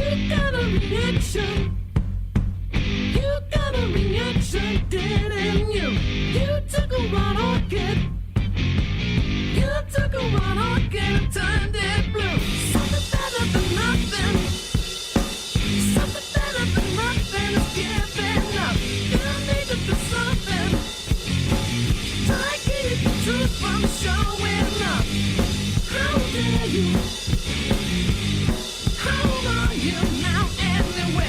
It is a song called Blue Orchid by the White Stripes, requested by Nate on this All Request Friday, Blue Songs edition, as we get ready to say, okay, Blue Jays tomorrow. Don't shake your head at me, Caitlin Kilgore. I want you on this Blue Jays bandwagon with the rest of us, okay? Come on with your coming on, Kilgore. Okay, I got you. Thank you. Caitlin is one of our Friday 4 Roundtable guests today. She is the co-owner of Dream Team Video Productions. Janice Jim is with us as well, Vice President, Cycle Waterloo Region. Good morning, Janice. Good morning. And Julie Callflesh is with us as well, Director of Fundraising and Communications for Sanguine Health Center. Good morning, Julie. Morning, Mike. I'm kind of disappointed to not hear Taylor Swift today. I think this is the day to be playing that on your show. It's funny you should bring that up, Julie. I leave it up to the listeners for requests, but I went ahead. All right. Before I knew. Was I supposed to know that Taylor was dropping that album last night? Because I didn't know she was dropping it. That's on me, isn't it? Yes. Okay. It's everywhere. Except here. So it's everywhere else in that. Oh, and Caitlin's got her Blue Jays cap on now. I love it. Yeah, I had to come up with a theme. It's pressure. I feel so much pressure. And I went with Blue before I even knew that Taylor Swift was dropping an album. But I do know now that she's out there, because you're right. One of the first things I heard this morning. Let's dive into our topics du jour. And the first of which is the topic I don't think that ever goes away. We debated them before implementing them. Then the Premier said he's going to take them away from us. Now we've got about 24 mayors in Ontario, including the mayors of Waterloo and Cambridge and Guelph, saying, well, hang on, we can make this program work.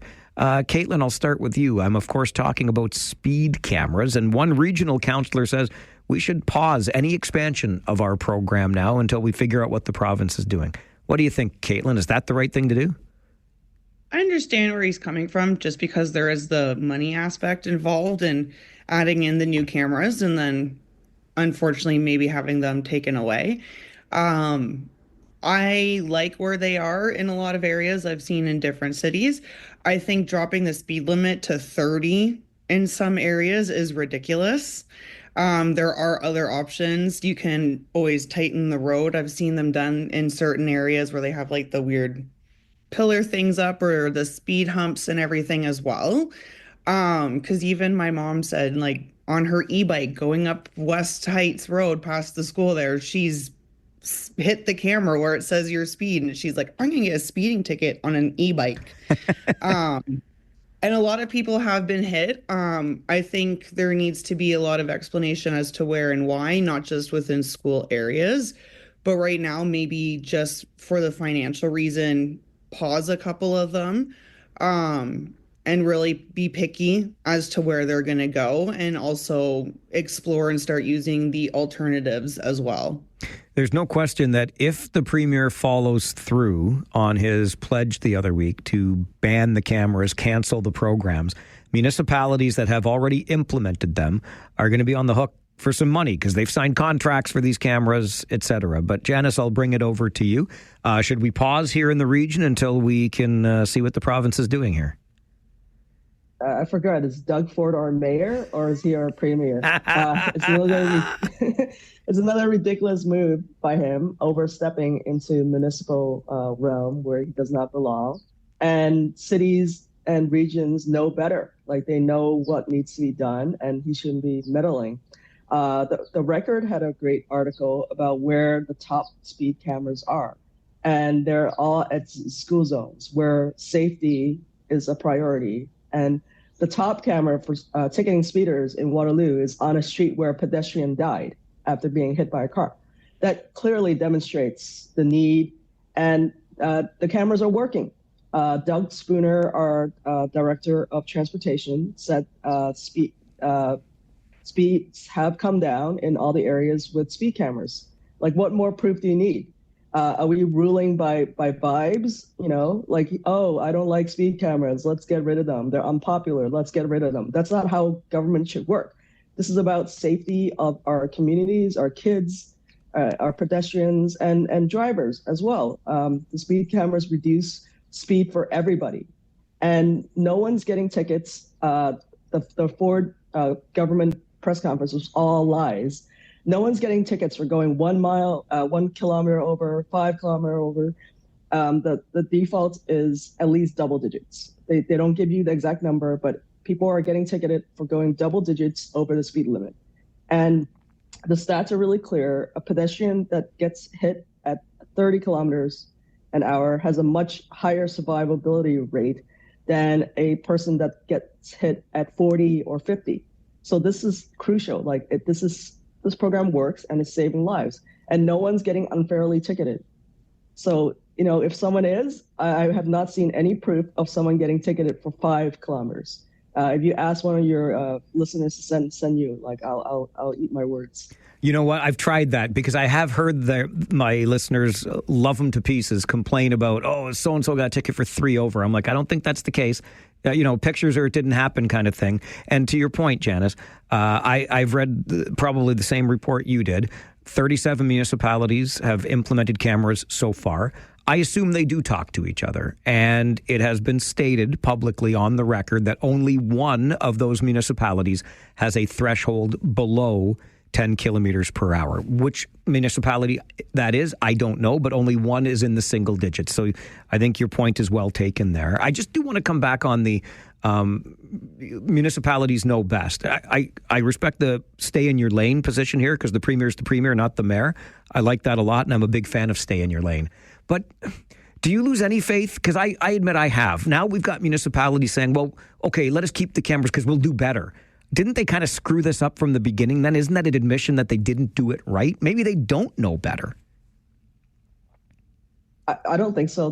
What problems has there been for the speed cameras? There's, some that minor complaints about the signage, which the Region of Waterloo has responded.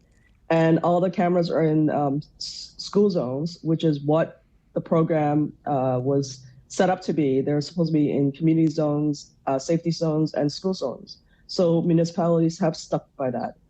So I don't see what they did wrong. All right, Julie, over to you. Is it time to pause until we see what the province is going to do here? Well, first of all, I think Janice and Caitlin have pretty much covered everything, which was great, and I learned some things there too.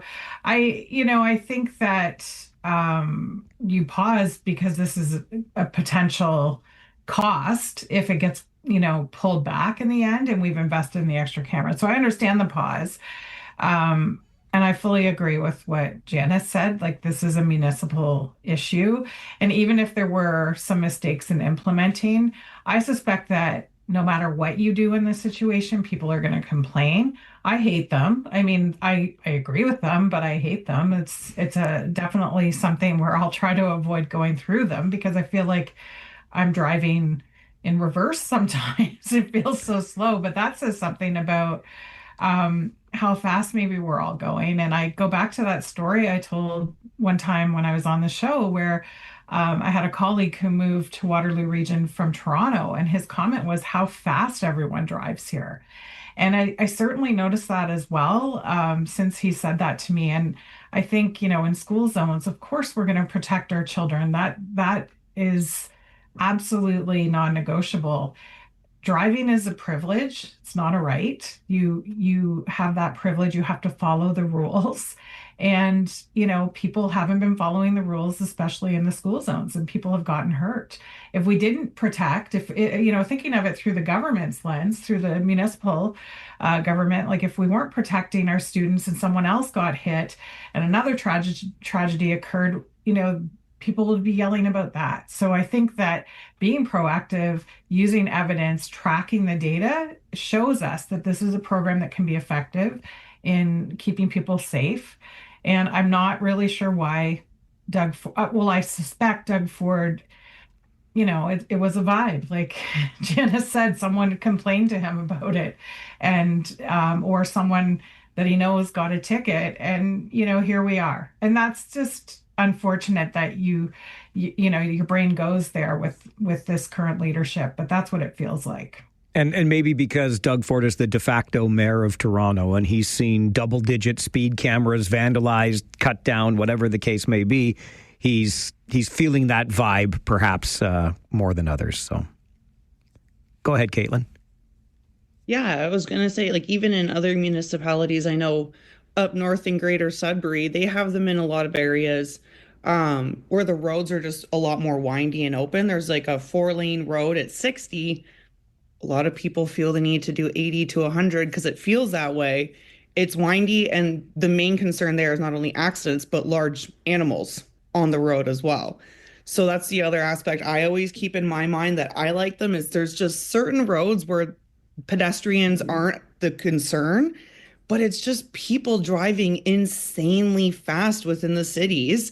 And it's like, you know what? Yeah, I wish there was more in certain areas because you just see people sometimes go, man, I wish there was a cop around. And things like that. So there's like the school aspect and like being out in smaller towns.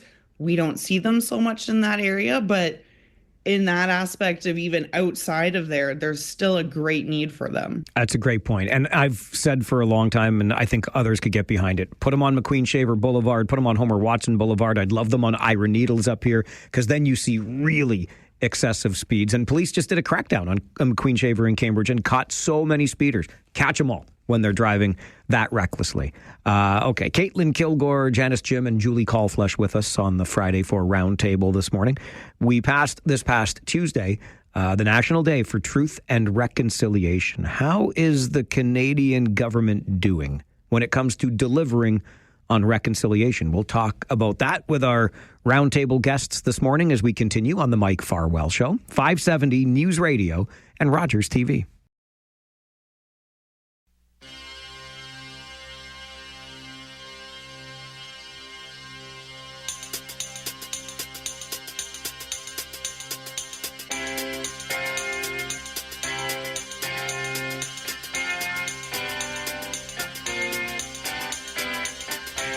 Ain't got no regrets. I ain't losing track of which way I'm going. I ain't gonna double back, no. Don't wanna misplay. Put on no display. An angel, no, but I know my way. Oh, yeah. Oh.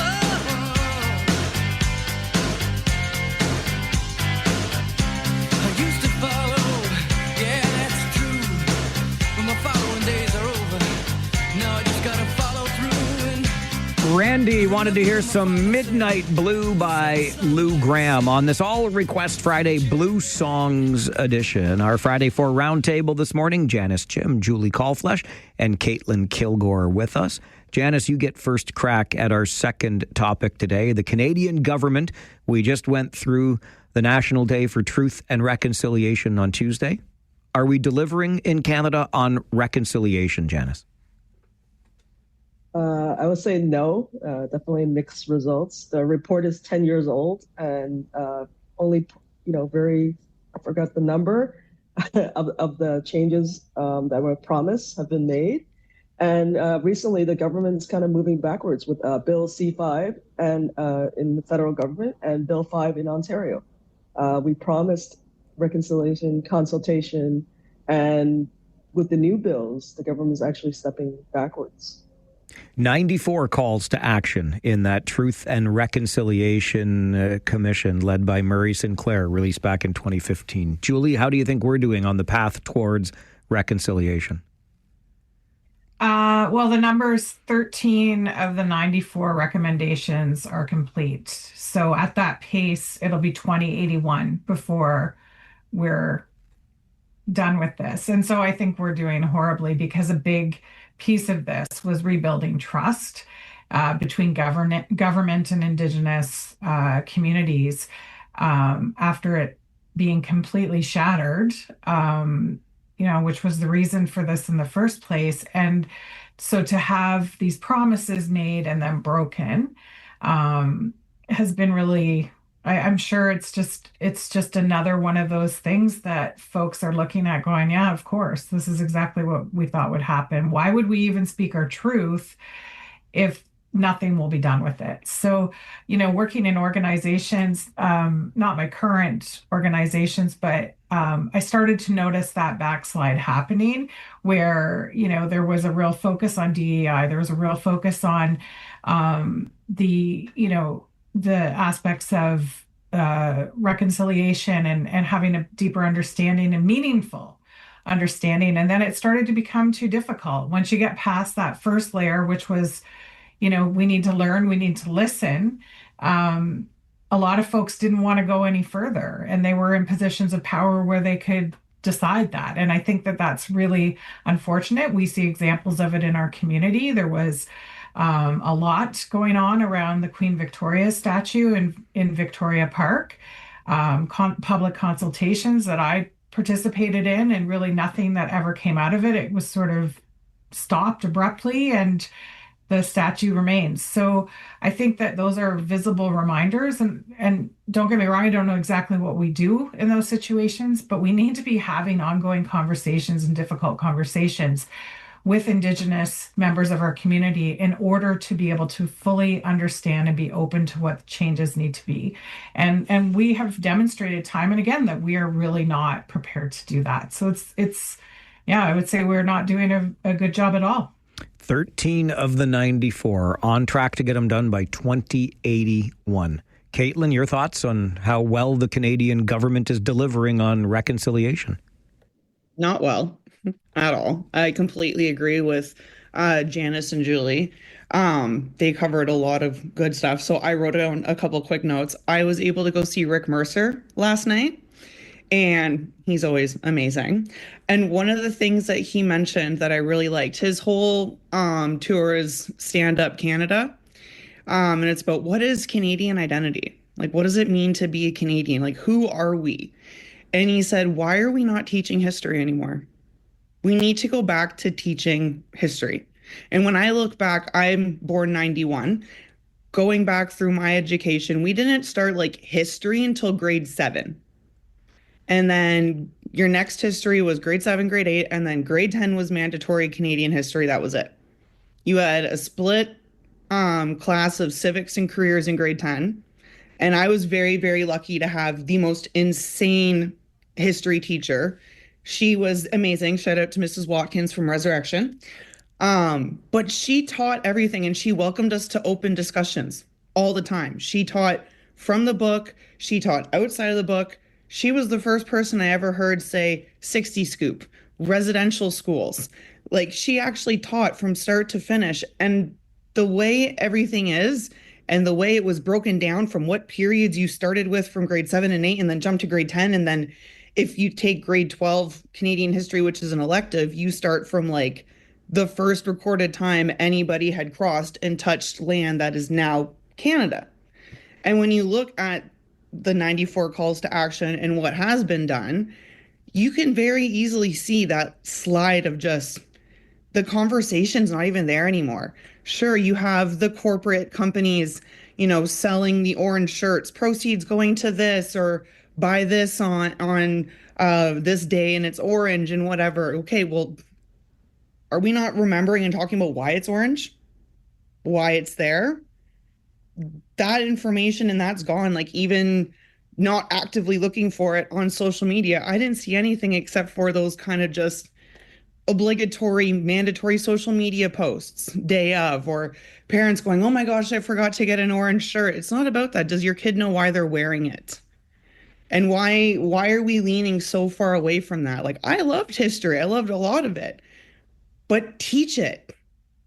And teach it in order, teach what's there. And I think the education aspect, especially in schools, is really what we need to go back to as well. So people actually have this understanding of why we have these 94 calls to action.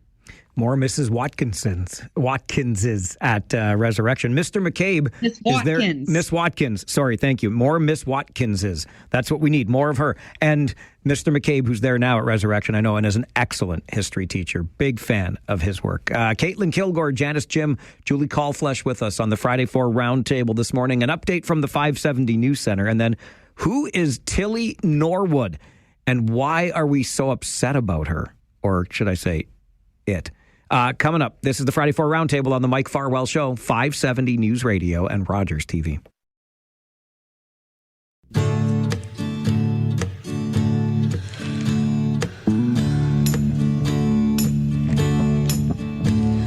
You must leave now. take what you need, you think will last. But whatever you wish to keep, you'd better grab it fast. Yonder stands your orphan with his gun,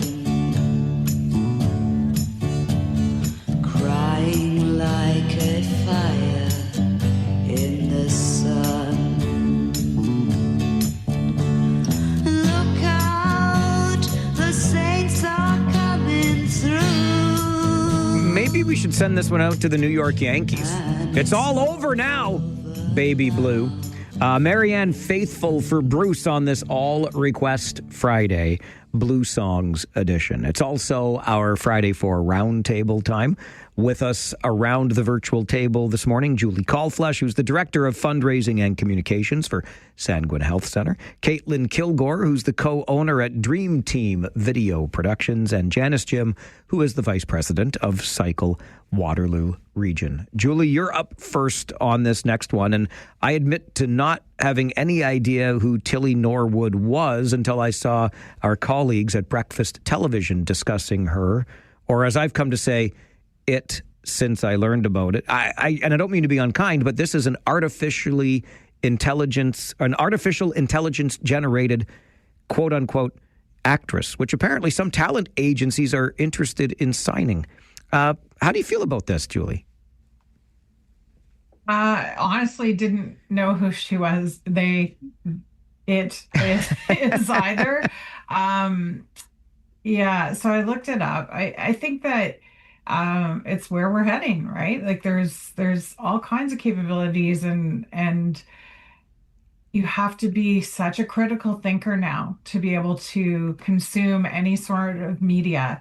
And as a parent, I think about this all the time and how do we discern between like what is real and what is fabricated? And especially when we have leaders, particularly in the US, who are sharing AI videos all the time and, kind of contributing to these false narratives. And in general, I think that we have developed a very casual relationship with the truth, and it concerns me. And I know it concerns you as well, Mike, as someone who works in media, that we need to make sure there are still places where we can know we're getting the truth. So I guess to me, if we're told up front that this is an AI actor and, it's good quality or whatever, I don't know that I would mind. I think I'd be curious, but I can understand why people in the industry would have concerns. This could close doors for some, but it would likely open doors in other areas. So I can understand where that would be concerned. I think overall, as a general public, we need to encourage our lawmakers to have proper policies in place for digital governance. And we're way behind in this. You see all the effects now of things like social media that got out the gate before we were ever able to really understand it as policymakers, as leaders, as parents. And, now we're starting to learn what the negative impacts of social media can be. So now, this is just another layer of that. And we need to invest in expertise that helps keep us safe. Your point on what is real and what we're seeing is so well taken. I remember a month or two ago now, whenever it was that the video started circulating of people recklessly discharging firearms up in the Muskoka area, and I first saw the video, I thought, boy, oh boy, we got to verify here before we go off and really jump to conclusions. Turned out to be verifiable, and police laying charges and whatnot. I have had multiple people send me just today a video apparently of a person on an electric scooter, the little like childlike thing on the expressway yesterday in Kitchener. I'm trying to determine authenticity here because you couldn't be. Who would be that dumb, quite frankly? But that aside, Caitlin, as I come over to you, what Julie said about this is the way that we're headed. And I kind of accept that or agree with that. I don't know that I can accept it. This freaks me. It freaks me out. I'm not going to lie. I don't know. Caitlin, your thoughts on Tilly Norwood? Yeah, I never heard of them, whatever, until yesterday. And the weird thing that I noticed is them saying, well, it's not going to take away from human jobs. So you're just going to add more people to the AI side and take away from creative minds. And they're saying that it's going to be the next big thing, the next Natalie Portman or whatever. And so it is going to take away from actual human jobs then. And there's already been like music. There's musicians and acts out there that are AI, CGI, but still have voice actors or things like that. And it's just very creepy sometimes to even tell the difference. And even with things you see online as users, unless you really go in and try to look for the fine details, it's really, really confusing. So where should we be implementing it?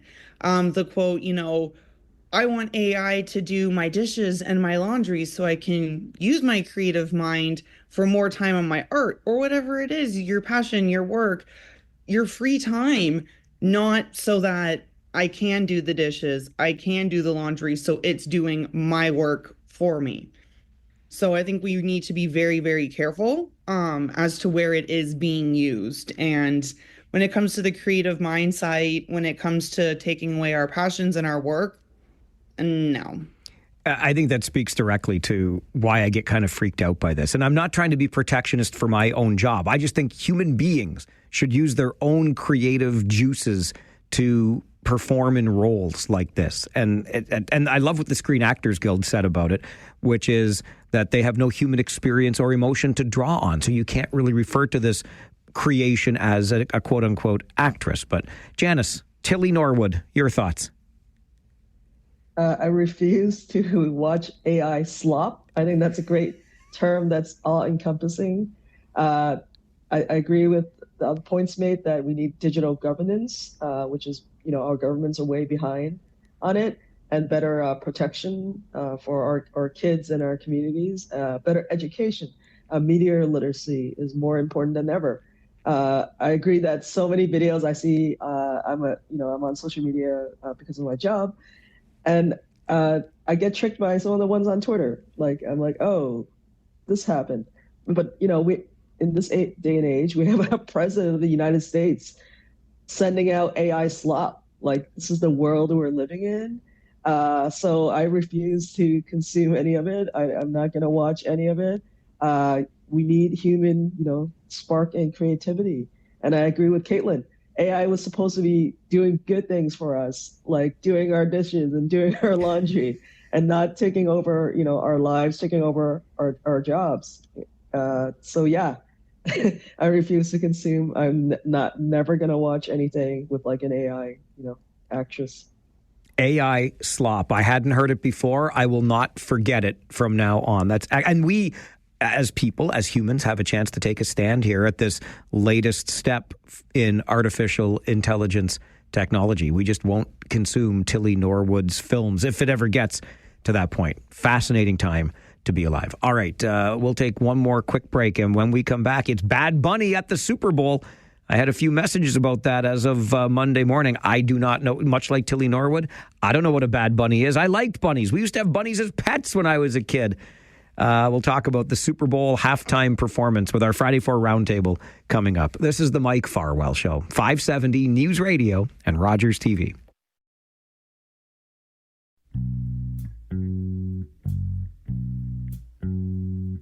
I feel so bad, I got a worried mind. I'm so lonesome all the time. Since I left my baby behind on Blue Bayou. I really like this request from Bob. Couple of reasons. First of all, he recognizes that Linda Ronstadt sang backup for the Eagles once upon a time. But when requesting Blue Bayou by Linda Ronstadt on this All Request Friday Blue Songs edition, Bob said, this is what Kitchener Ranger forwards are going to be saying to Owen Sound Attack defensemen tonight. I blew by you You see the little play on words that Bob put into his request? I love it. Linda Ronstadt, All Request Friday Blue Songs edition. Our Friday 4 roundtable today, we have Caitlin Kilgore, Janice Jim, and Julie Callflesh with us, sticking with the musical theme. And Caitlin, you get first crack at Bad Bunny, the Super Bowl halftime performer. To people who asked me what I think of the choice and expressed their own frustration with it, I said, dudes, they ain't making the Super Bowl halftime show for us. That's my take. And by us, I mean old dudes like me. Caitlin, what do you think of Bad Bunny as the halftime show? I know who he is. I don't actively know all of his songs, but he's huge. He's absolutely huge. He's hosted SNL twice, and it was hilarious. Look up the clips with Pedro Pascal. It is so funny. And yeah, exactly. The halftime show is not for your typical football fan. It's to pull in the numbers for audiences, to get everyone else who's like, no, I don't care, but I'm going to watch that. Like, if they release the ratings of when viewership goes up, it's the halftime show. Easily. And I watch football. I love football, but the halftime show is like the big entertainment aspect where they're trying to pull in way more viewers. And it's going to. And the one thing I always think about is, people would have always complained, no matter who it is. But because we live in a time of social media where you can get things out at the snap of a finger, and then everyone thinks that their opinion is the opinion and has to get it out there, and all that stuff is crazy. And why? Just because you don't know who he is or because his music is in Spanish? So what? I am an insanely huge K-pop fan. I don't understand what they're saying, but look at the numbers. They're the biggest musical acts in the world. They're breaking insane records, and the music is amazing. And the show and the performance he's going to put on is also going to be insane. So, everyone's going to have their opinion, but you have to remember this, they're not trying to appeal to one lane. They're always trying to appeal to a broader audience. And I think it's an amazing choice. I think the NFL is two things at play here. One is no press is bad press, and people are talking about the halftime show. That's not a bad thing. People are going to watch the Super Bowl anyway, but this is just something else, getting people talking in October, months before the Super Bowl. And the other thing that comes to mind for me is what I would refer to as the Howard Stern effect. Way back when Howard Stern was his controversial radio figure, statistics bore out the fact that people who liked Howard Stern listened every day. People who didn't like Howard Stern listened even longer. So people who think they're upset about this right now, you think they're not going to watch Bad Bunny in February at the Super Bowl just to see what all the fuss is about? I think they will. Janice, your thoughts on the Bad Bunny Super Bowl appearance? I think whoever programmed it is a genius. It's another political statement, just like last year with Kendrick Lamar. That was the most talked about, one of the most watched. And he made a political statement in our, MAGA world. And I think we need it right now.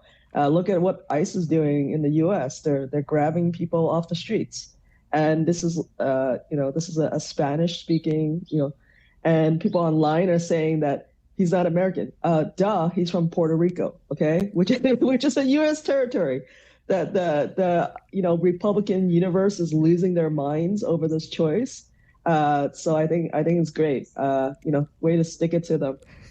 Don't ever forget, Janice, ignorance is bliss. What? He's not American. Oh, he is American? Wait a minute. Julie, your thoughts on the Bad Bunny selection as Super Bowl halftime performer? I think that they know what they're doing, and they always have. So, it just feels like, you're breathing, you have to have an opinion about these things. I really don't. I mean, I don't necessarily plan to watch the Super Bowl, so I don't know that I'll watch the halftime. I might tune in. But I think that the political piece was a bit of a chef's kiss. Although I worry about the fact that now Trump is saying that there will be ICE agents at the Super Bowl.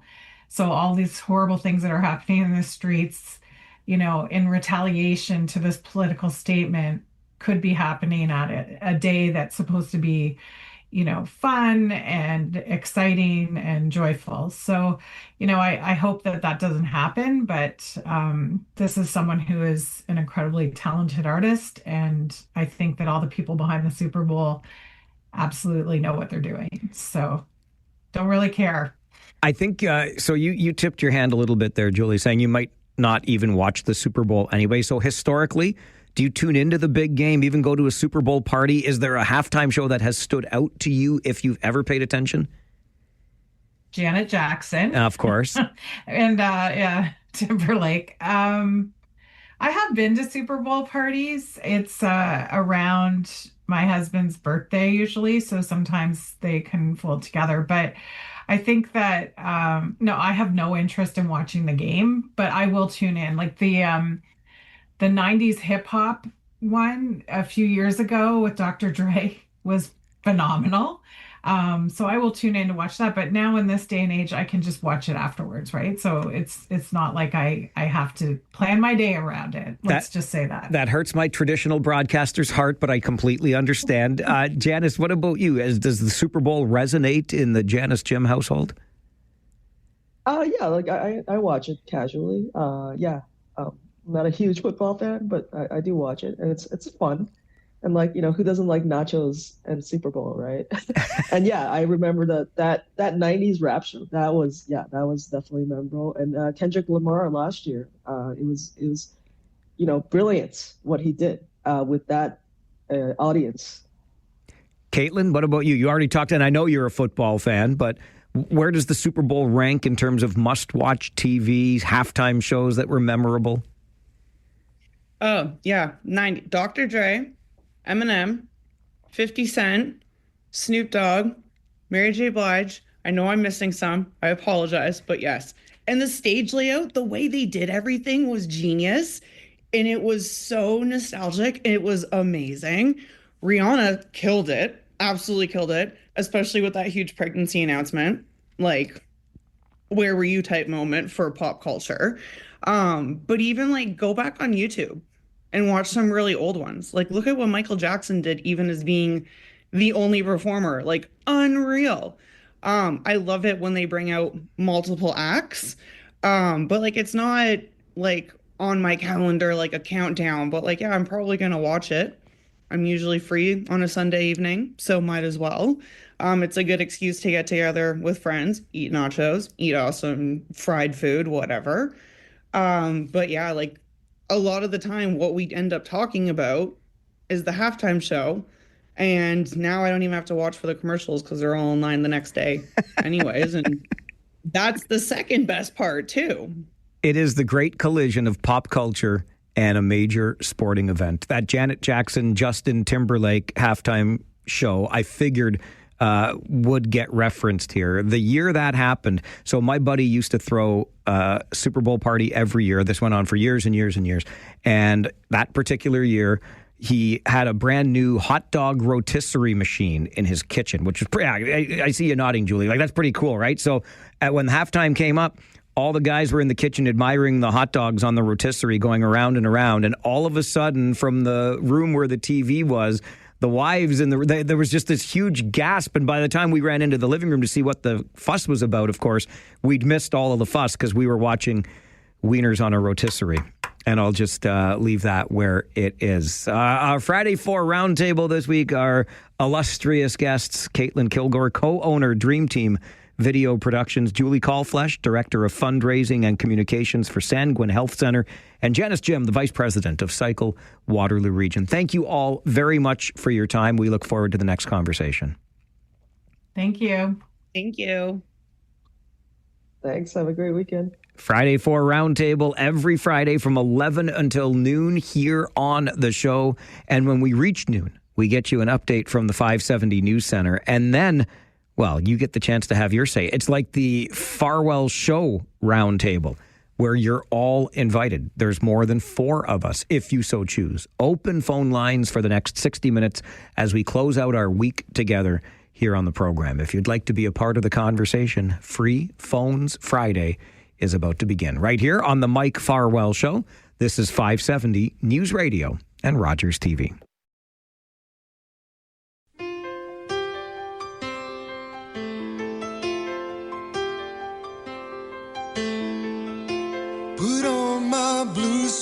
shoes and I boarded the plane.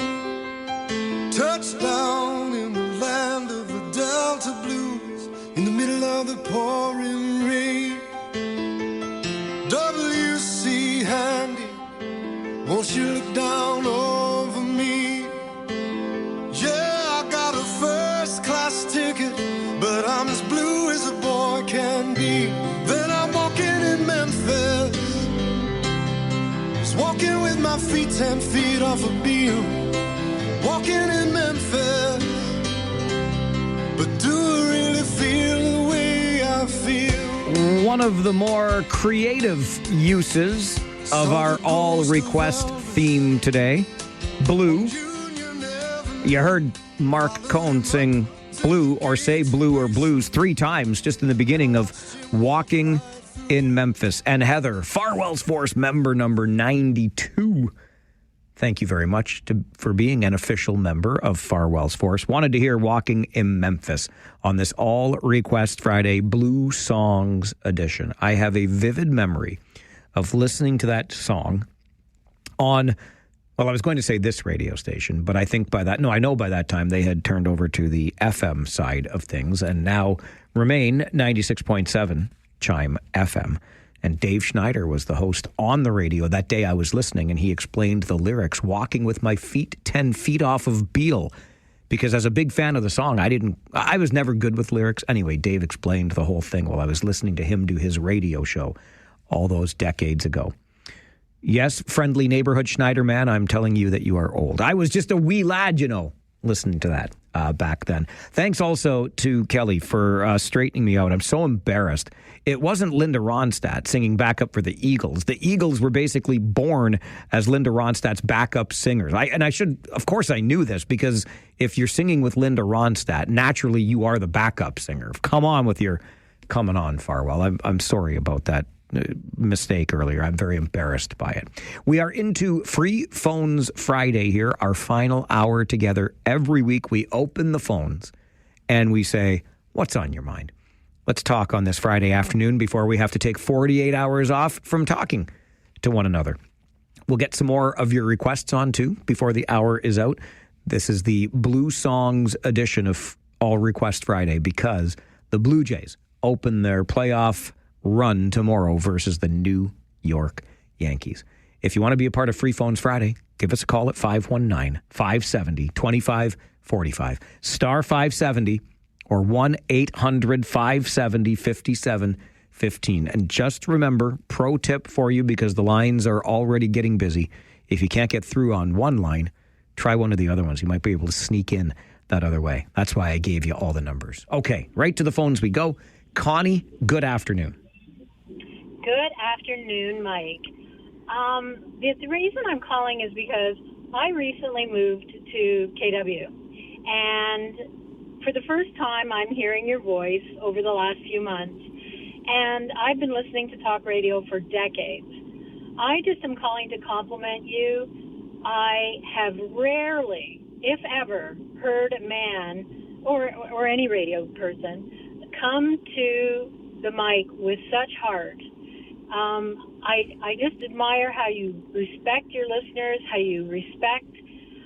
I just have such high regard for you, and I'm very grateful to have found you on the radio. So, thank you very much. You're a highlight of my day. Well, thank you very much for that. Can I ask quick? That's so kind, Connie. Where did you come from? What are you doing here?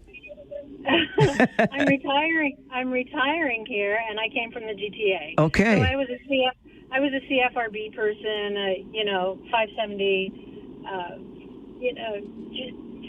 John Moore and all those boys. Yeah, absolutely. Anyway, you bring a completely different vibe, and it's unique and really, really kind. I appreciate the heart, as I mentioned. I appreciate your heart. Well, thank you so much. That's very kind of you. Thank you. You're welcome, and I will continue to listen. I'll call in again another time. I look forward to that. Thanks, Connie. Bye-bye. Listen, I've been with, I'm just going to shout out other radio stations now, but come on, Taylor Parnaby. Like, that's how long I was an RB News Talk 1010 guy. Anyway, that's super sweet, Connie. Listen, flattery is not required, but hell, if you want to say something nice, it's Friday. Good vibes, baby. Good vibes. Mary, good afternoon. Oh my gosh. Oh my! How are you going to follow that up? Popping your button. Oh my goodness! I don't think I'll fit out of this studio, Mary. My head is so big. Well, that was so wonderful. Why don't you ever say things like that to me? Because you know I do. I don't have to tell you. Okay.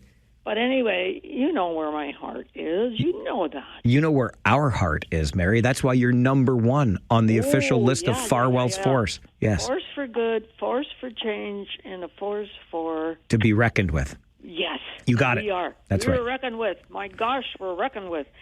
Anyway, I wanted to bring your attention to you if you realized that we had a wonderful person in our Waterloo area, and Angus Dagg, Dr. Giraffe. Oh my goodness, Mary, not only did I know that, I had the chance in the past to interview her. What a wonderful experience that was. Wow, so she died, I think it was April something. She was 91. Mm-hmm. But yeah, so we've got lots of beautiful, wonderful, renowned people here. And remember, we discovered insulin. We should be proud as hell. Peacocks. Proud as peacocks, Mary. Anyway, what a beautiful, beautiful day. I can't get over it. I'm just so happy. And I'm happy. I think you're happy. And I wish you a wonderful, wonderful weekend from number one. Thank you, Mary. Thank you, Mary. You are number one on the official list of members of Farwell's Force. Hey, if you want to be an official member, we reached number 183 today when we added Suzanne to the list. 15 minutes. Okay, that's all I ask of you. I'm here for 4 hours. The least you can do is give me 1/16 of that. I think I carried the one right there. 15 minutes or more every day. You don't necessarily have to phone in and talk if you don't want to. You can be an emailer or you can just be there. Just be you, but 15 minutes or more every day. We'll put you on the list of Farwell's Force members. A force for good, a force for change, a force to be reckoned with. Mike is number 23 on that list. Afternoon, Michael. Hey, how are you? I'm good. I echo that one lady's comments about your kindness. In fact, you end up mentioning Dave Schneider, and that's why I'm calling. Okay, do it. Because you have a similar heart to him. He's very gentle. No, listen, Mike, hang on. I'm sorry to interrupt because that's rude. But Dave Schneider, I've never seen that man have a bad day. One of the nicest humans I've ever met. He is. Unreal. So, if you were listening and learning from him way back like I was, because we must be of similar vintage, he did some songs called the Constitution song he created. So he'd ask a question like an interview, answer with the lyrics of a song, and I think he did 2 or 3, maybe 4 different types of recordings like that. Do you remember those? Mike, do I remember them? I'll take you one step further. Not only do I remember them, Don't tell me you have them. Oh, I wish I did. No, but maybe, you know what? I'm going to see Schneids tonight. I might ask him. Maybe I can, you know, I'll check. But I emulated them. I made I don't know why I did this for my accounting teacher in high school, but anyway, did that very same thing as an end of the year gift or something to our accounting teacher, Mr. Pasella. There you go. Yeah. Thank you. You're welcome. Thanks for that. What a great memory. Here, I'll tell you one more quick one, okay? And then I promise I'll move on because this is your hour, but you got me going down memory lane here. So Dave really was a guy, and George Michaels and Glenn Pelche and Neil Beaumont. I could go on and on about the folks that were at this radio station, inspiring me as a kid growing up in this town. And so I was listening constantly. I was a constant listener. And one night I was out doing my job with B&D deliveries, and I was listening to the radio, and Dave Schneider was on the radio. Except, I swear as the day is long, as I was driving along, I saw Dave Schneider going into the Edelweiss Tavern. I'm like, well, hang on a second. I'm listening to you on the radio right now. You can't be on the radio and going into the Edelweiss Tavern at Homer Watson and Manitou. And that's when I realized that the person on the radio is not always on the radio when you're listening to them. We do this thing called voice tracking. We record a show in advance, and then we go to the Edelweiss. Maybe Dave had ulterior motives that day. I don't know. But that's when I learned about voice tracking. We do a whole lot more now, which kind of hurts my heart. My very first job in this business was doing the overnight show from midnight until 6. Do you know who does the overnight show now? Tilly Norwood. That's who. The computer does the overnight show and the evening show. It just goes on from there. That's enough out of me. It's Free Phones Friday, where we open the phone lines to hear from you on the Mike Farwell Show. 570 News Radio and Rogers TV.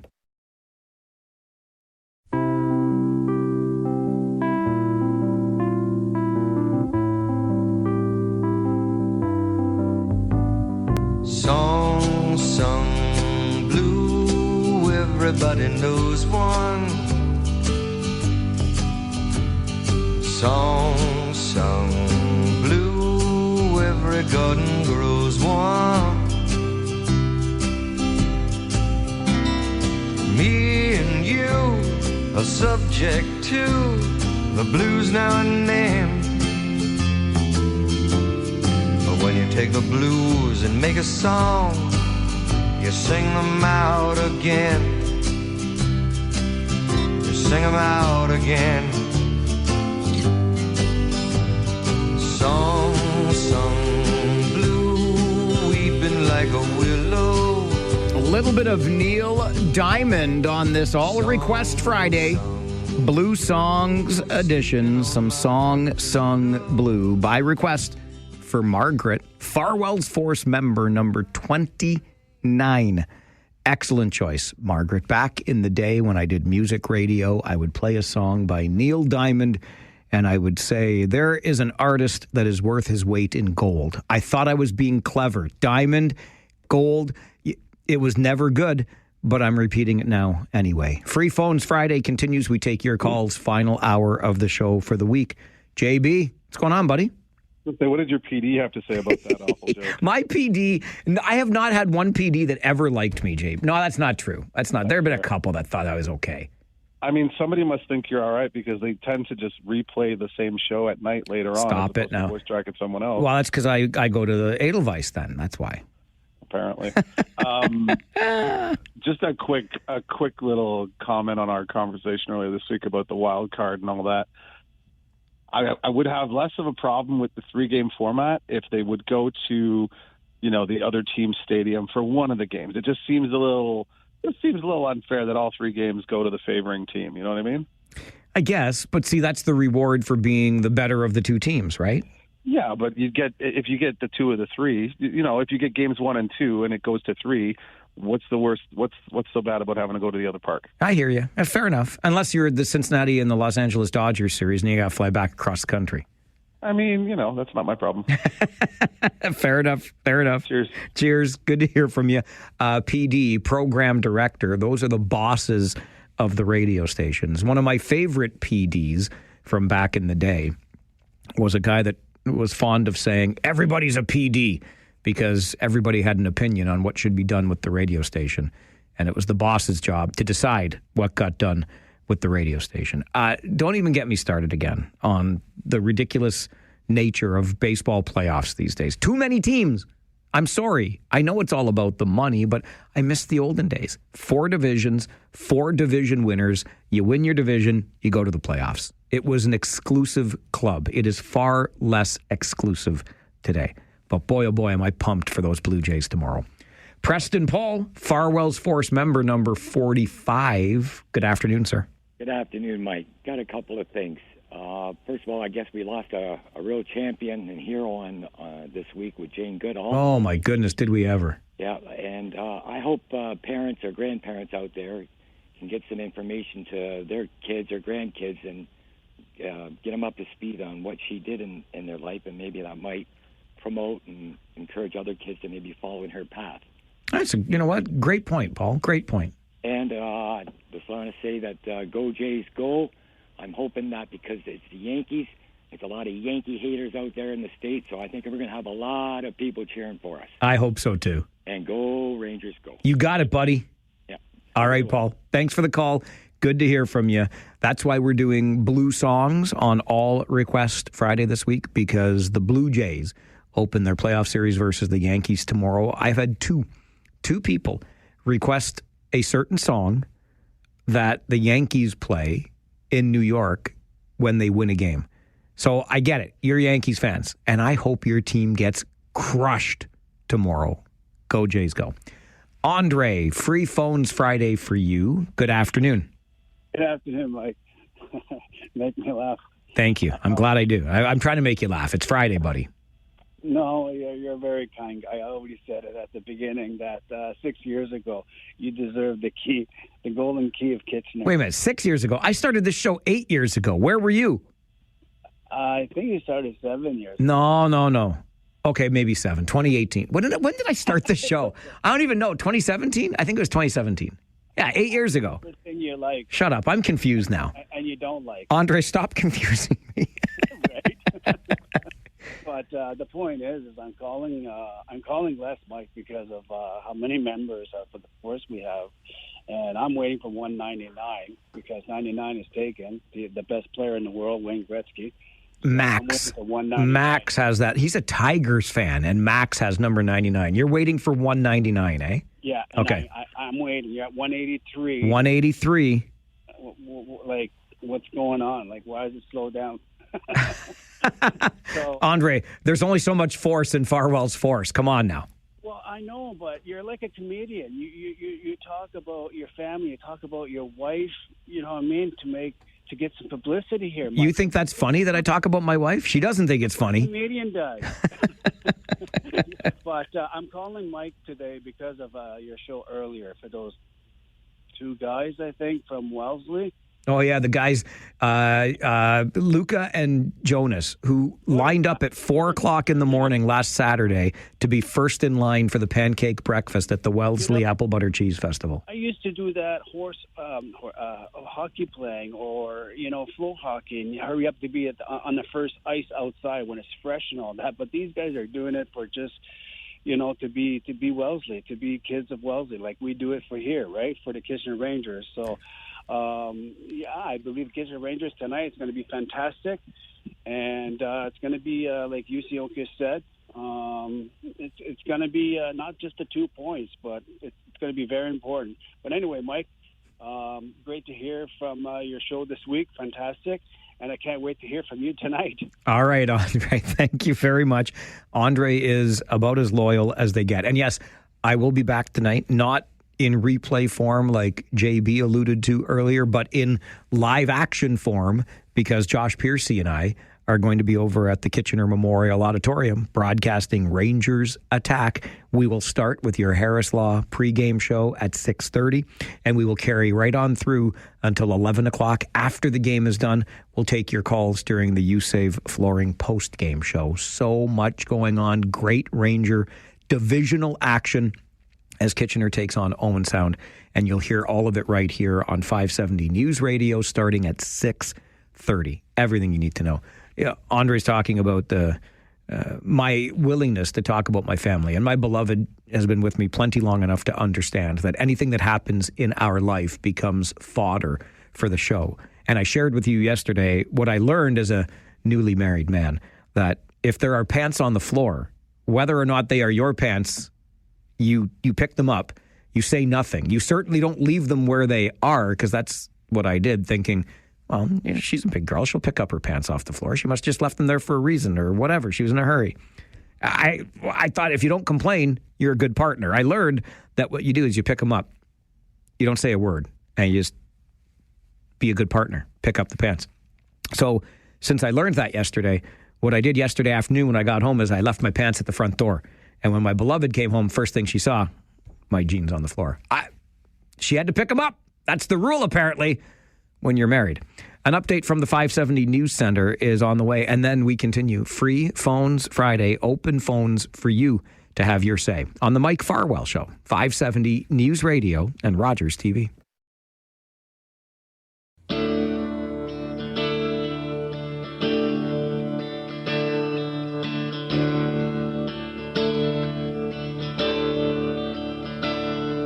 She came on to him like a slow-moving cold front.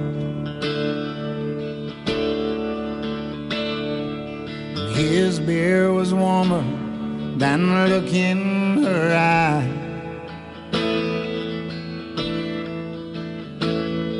She sat on a stool and he said, "What do you want?"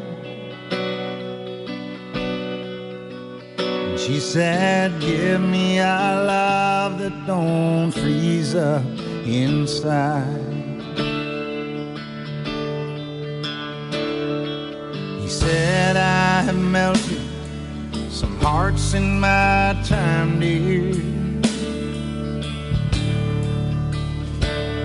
but to sit next to you while I shiver and shake." John Hyatt and Icy Blue Heart by request from M in Guelph, Farwell's Force member number 73. Great story in that song, and it's our All Request Friday Blue Songs edition as we get set for the Toronto Blue Jays playoff opener tomorrow versus the Yankees. I love this, Yankees. I love this email from Larry to Mike at 570news.com. Farwell's Force member number 50, by the way. Has anyone requested Blue Rodeo? Blew it again. A couple of blues in there. And the answer, Larry, is no. In fact, we have not had a single Blue Rodeo tune on this All Request Friday Blue Songs edition. I think because it's just too obvs for you, right? You don't do the obvious. You do the clever thing. You always do. You impress me with your creativity. And Icy Blue Heart, John Hyatt, great request. We got one more we'll squeeze in before our show is done today. Right now, Free Phones Friday continues, and it's off to Grant we go. Good afternoon, Grant. Yeah, good afternoon. And, I was watching, I think this past week, an interview with Rogers 20, Guelph Storm, and it sounded like they were interviewing a past goalie, and I checked the records of the Platers/Storm. I thought he said his name was Dan Cloutier, and that they've won the Memorial Cup. No. But Storm have never won the Memorial Cup, but I believe Cloutier, I'm going to say 96. I'm going off the top of my head here, Grant, but Cloutier did play goal for the Guelph Storm when they, I'm pretty sure that's the year the Petes beat them. This is all off the top of my head, but that's my best stab in the dark here. But the Storm/Platers have never won the Memorial Cup. And you said you were working on Sportsnet there years ago? I was. Well, that's too bad. It's too bad they fired me. Too bad they kicked me to the curb. They didn't fire me, Grant. Really? I came back home. Oh, okay. Well, we like you, and we like the two chaps that do the TV broadcast too, the tall guy and the shorter guy. That I know last year he was talking a lot, but I enjoy both of those guys and yourself. Thank you very much. The tall guy and the shorter guy, perfect. And don't be too down on the Guelph Storm, despite the absence of those Memorial Cups. How many OHL championships have been? I know they won the OHL in 14, 19, 04. I mean, a lot of OHL championships. But the elusive Memorial Cup. By the way, the Kitchener Rangers and Guelph Storm are the two teams in competition to host the Memorial Cup next year. And we'll know which team next month, maybe late November, early December-ish. We'll get the answer from the Canadian Hockey League, which team/city will host the Memorial Cup in 2027. Will it be Kitchener? Will it be Guelph? Time will tell. Back to Free Phones Friday. Mary, hello. Oh, my goodness. Did you just drop some pots and pans? Yes. I'm always cooking. either on the bike or they're cooking. Okay. Anyway, Yeah. I mean, I don't want to hog the time, but you know what? I was thinking, you have so many accolades, Mia, with them. That lady, she was gorgeous. I think you should Mary, I paid her, just so you know. No, Yeah. I did. You didn't. I know you did. Okay. You're too honest for that. And maybe I'm misplaced in that belief. But anyway, you should get a big raise. Like something like John Tibbetts. Okay. 106, what was it? $639,000. Thank you very much. Go for it. Go Okay. for it. Go for it. I will. Thank you, Mary. You are the heart of the show. Mary, will you be my agent? Sure. Okay. I will. Thank you. I bet you will. I'm going to book a meeting with the managers, and Mary's going to come in with me, and you're going to say, give this Farwell guy Tibbetts money. Darn tootin'. All right. I love it. Thanks, Mary. Come on with her. Coming on. Give him a raise. Go. Oh, sorry. Bye. Bye. I'll tell you what. If I made Tibbetts money for 1 year, it'd be my last year here. You imagine getting paid $639,000 a year? Come on. In 1 year, 600.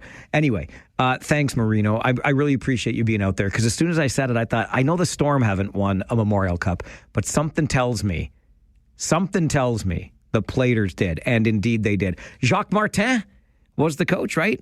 Later the coach of the Ottawa Senators. Anyway, yes, they did. The Guelph Platers won the Memorial Cup back in 1986. Marino, thank you for the email to Mike at 570news.com. Marino is Farwell's Force member number 66. And from 66 to 67, my buddy John is with us on free phones. Hello, Jonathan. How you doing? Great. How are you? Oh, I'm just dandy today. Good. I just wanted to make, you guys can take whatever salary you want of Tibbetts. He's well overpaid. I'll take Vladdy's salary. It's about $350,000 a week. I'll take that one. All right. Mike, if I could just make a comment. I was in and out cleaning out the car and stuff, but I caught a gentleman talking about Jane Goodall. And I was the one that won about 25 years ago, maybe longer. I won the contest. I'm not sure if one of the radio stations were involved in it, but it was run by the Kitchener Record and some foundation, and I think one of the media stations. It might have been Chime or CKGL, I'm not sure. But I ended up winning that contest and a trip to Africa, and getting backstage and having a little luncheon with Jane Goodall and sitting down and talking to her. And it's one of the most memorable things in my life. I mean, she was certainly one of the world's top conservationists. She did groundbreaking work with chimpanzees. And I just hope her legacy will continue.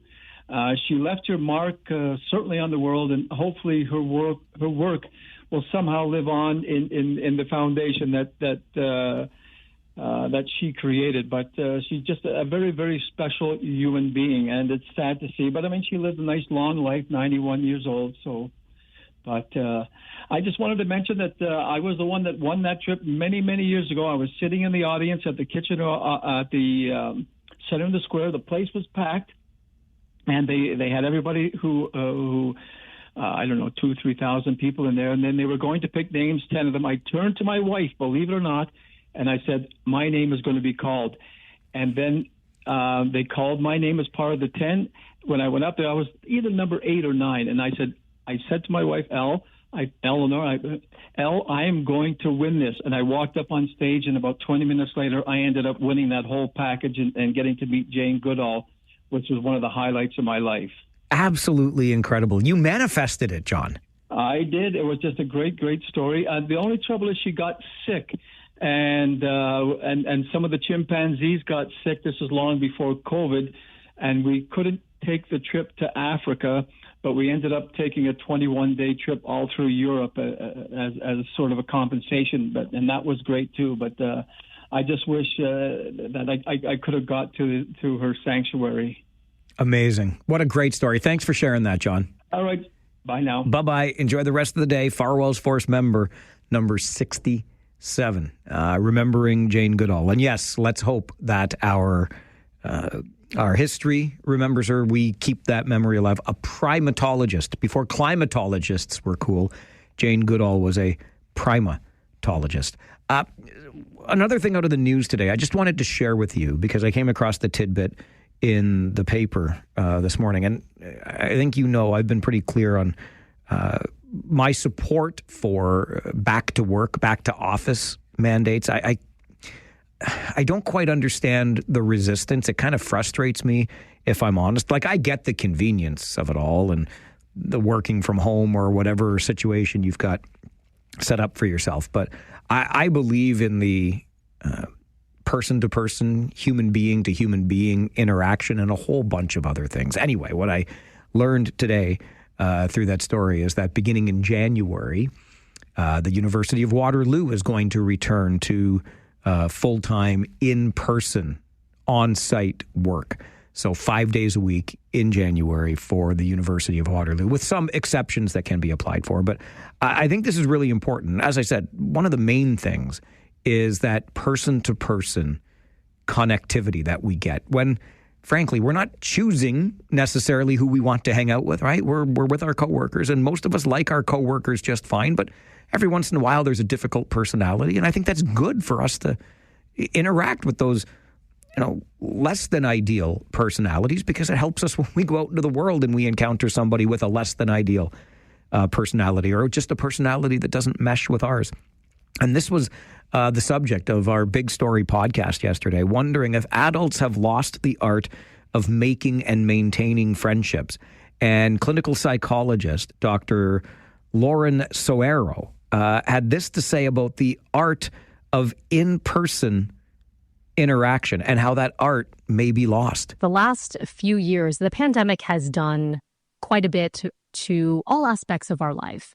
And friendships, I find, it has really changed relationships, not just friendships, relationships as a whole, and how we view things. Would you say for people you've talked to that it has produced a different sense of who they want to interact with, how they want to interact? I would agree with that. I think people may not even have noticed this because it's just so built into the way their jobs and lives are now structured. They used to go into an office and see their colleagues each day. They would also see, the person who sold them their coffee, or, the familiar strangers on the train.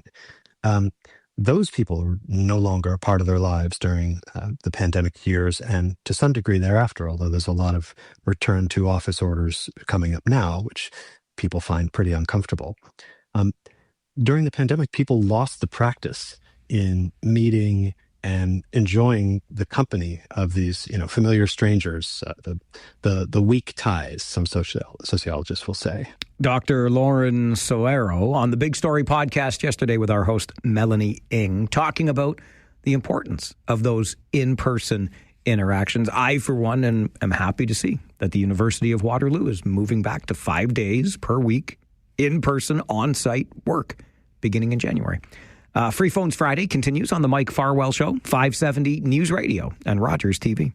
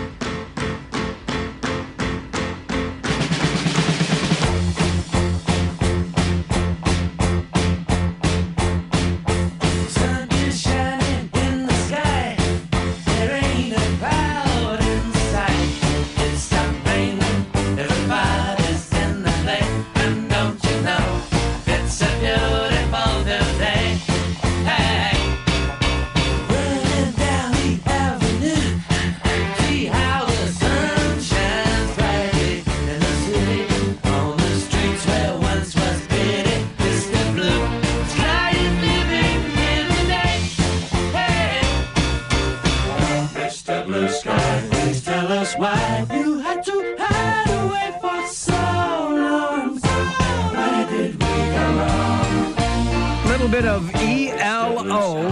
That's the Electric Light Orchestra, don't you know? Mr. Blue Sky, by far the most popular blue song requested on this All Request Friday Blue Songs edition. Lynn, Richard, and Sean all wanted to hear ELO. Your request is our command on all Request Fridays. Free Phones Fridays continue. Mark, good afternoon. Good afternoon, Mike. Mike, I know you're as cheap as the day is long. Yes, sir, I am. You've said it 1,000 times. Well, I hope I get paid every time I say it so I can make some money, so I can save, yeah. Have you turned your heating system on? Hell no. What are you kidding me? That's what sweaters are for. I'm just wondering, Mike, have you? No, not a chance. Okay, nor have I. Okay. And last year, I think it was at the end of September, it got pretty cold. This year, haven't turned it on yet, Mike. Well, my buddy at Environment Canada says he's going to try to get us a 30-degree day this weekend. So I'll just wait for that to heat up the house. Thank you. Excellent. And Mike, enjoy yourself at the Jays game tomorrow. Thanks, buddy. I can't wait. I'm so excited. Thank you. Okay, bud. All right, Mark. Take care. Bye now.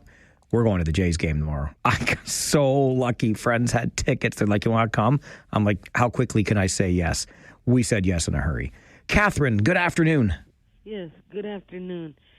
I listened to your Coach's Corner and was waiting to hear about how many times these boys are being taught good ethics, both on and off the ice. Well, that's a very good question, Catherine. I'm sorry it didn't come up during the coaches' show today. We tend to focus on what's happening at the game and before the game tonight, so we can get you ready for that.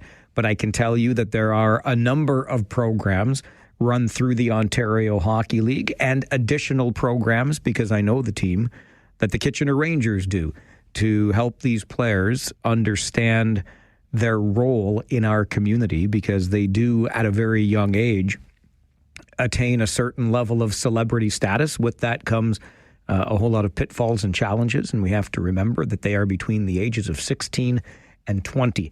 So they are prone to a little bit of youthful enthusiasm and the mistakes that can come with that. So there is quite a bit of off-ice training involved with these young hockey players to ensure that they stay on as straight and narrow a path as they can. So I didn't get into that with the coach today. We don't usually do that on the coach's show, but I assure you these programs are being run through the league and through the team individually as well. Just want to go back quickly as we wrap things up today. And I mentioned it during the Friday 4 roundtable when we were talking about Tilly Norwood, the so-called, in quotes, actress that's been generated by artificial intelligence. And in that conversation, we got into really understanding what's real and what's not. And when you see a video, you're questioning, and I'm always questioning even more than usual. And so I bring up again the video that's been shared with me twice today already. This couldn't be a thing, right? Like, you didn't actually see somebody on the Conestoga Parkway, our expressway yesterday, on a scooter. And I don't mean like an electric motorcycle. I mean like the kid's scooter with the handlebars that you know what? There's no way one of these things can do 90, and it wasn't. Like, this had to be, because I would have heard something from the police by now or something, right? There's no way there was somebody on one of those little scooters, like a child's toy, like one of those orange Neuron scooters. It wasn't orange, but it was somebody's personal scooter. They weren't on the highway with it yesterday, right? Please tell me this wasn't the case. And if it was, you, sir, are going directly to Jackwagon jail. Do not pass go. Do not collect $200. If you're still alive, we'll put you in Jackwagon jail and throw away the key. All right, I got to go. Listen, they work me hard on Fridays, so I got to get ready for the game tonight. Josh Piercy and I will be on the air 6:30 with your Harris Law pregame show and carry you right on through the night. Rangers attack, and then our postgame show taking your calls after that. And on Monday, we'll come back here and we'll do this all over again, okay? This Week in Music History. David Drew will be here with Drew's Views. We'll check in with the Food Bank of Waterloo Region on a hunger report, and we'll find out how much time we have left in our landfill. All of that coming up on Monday's show. My name is Mike Farwell. You are a force for good. Bye for now.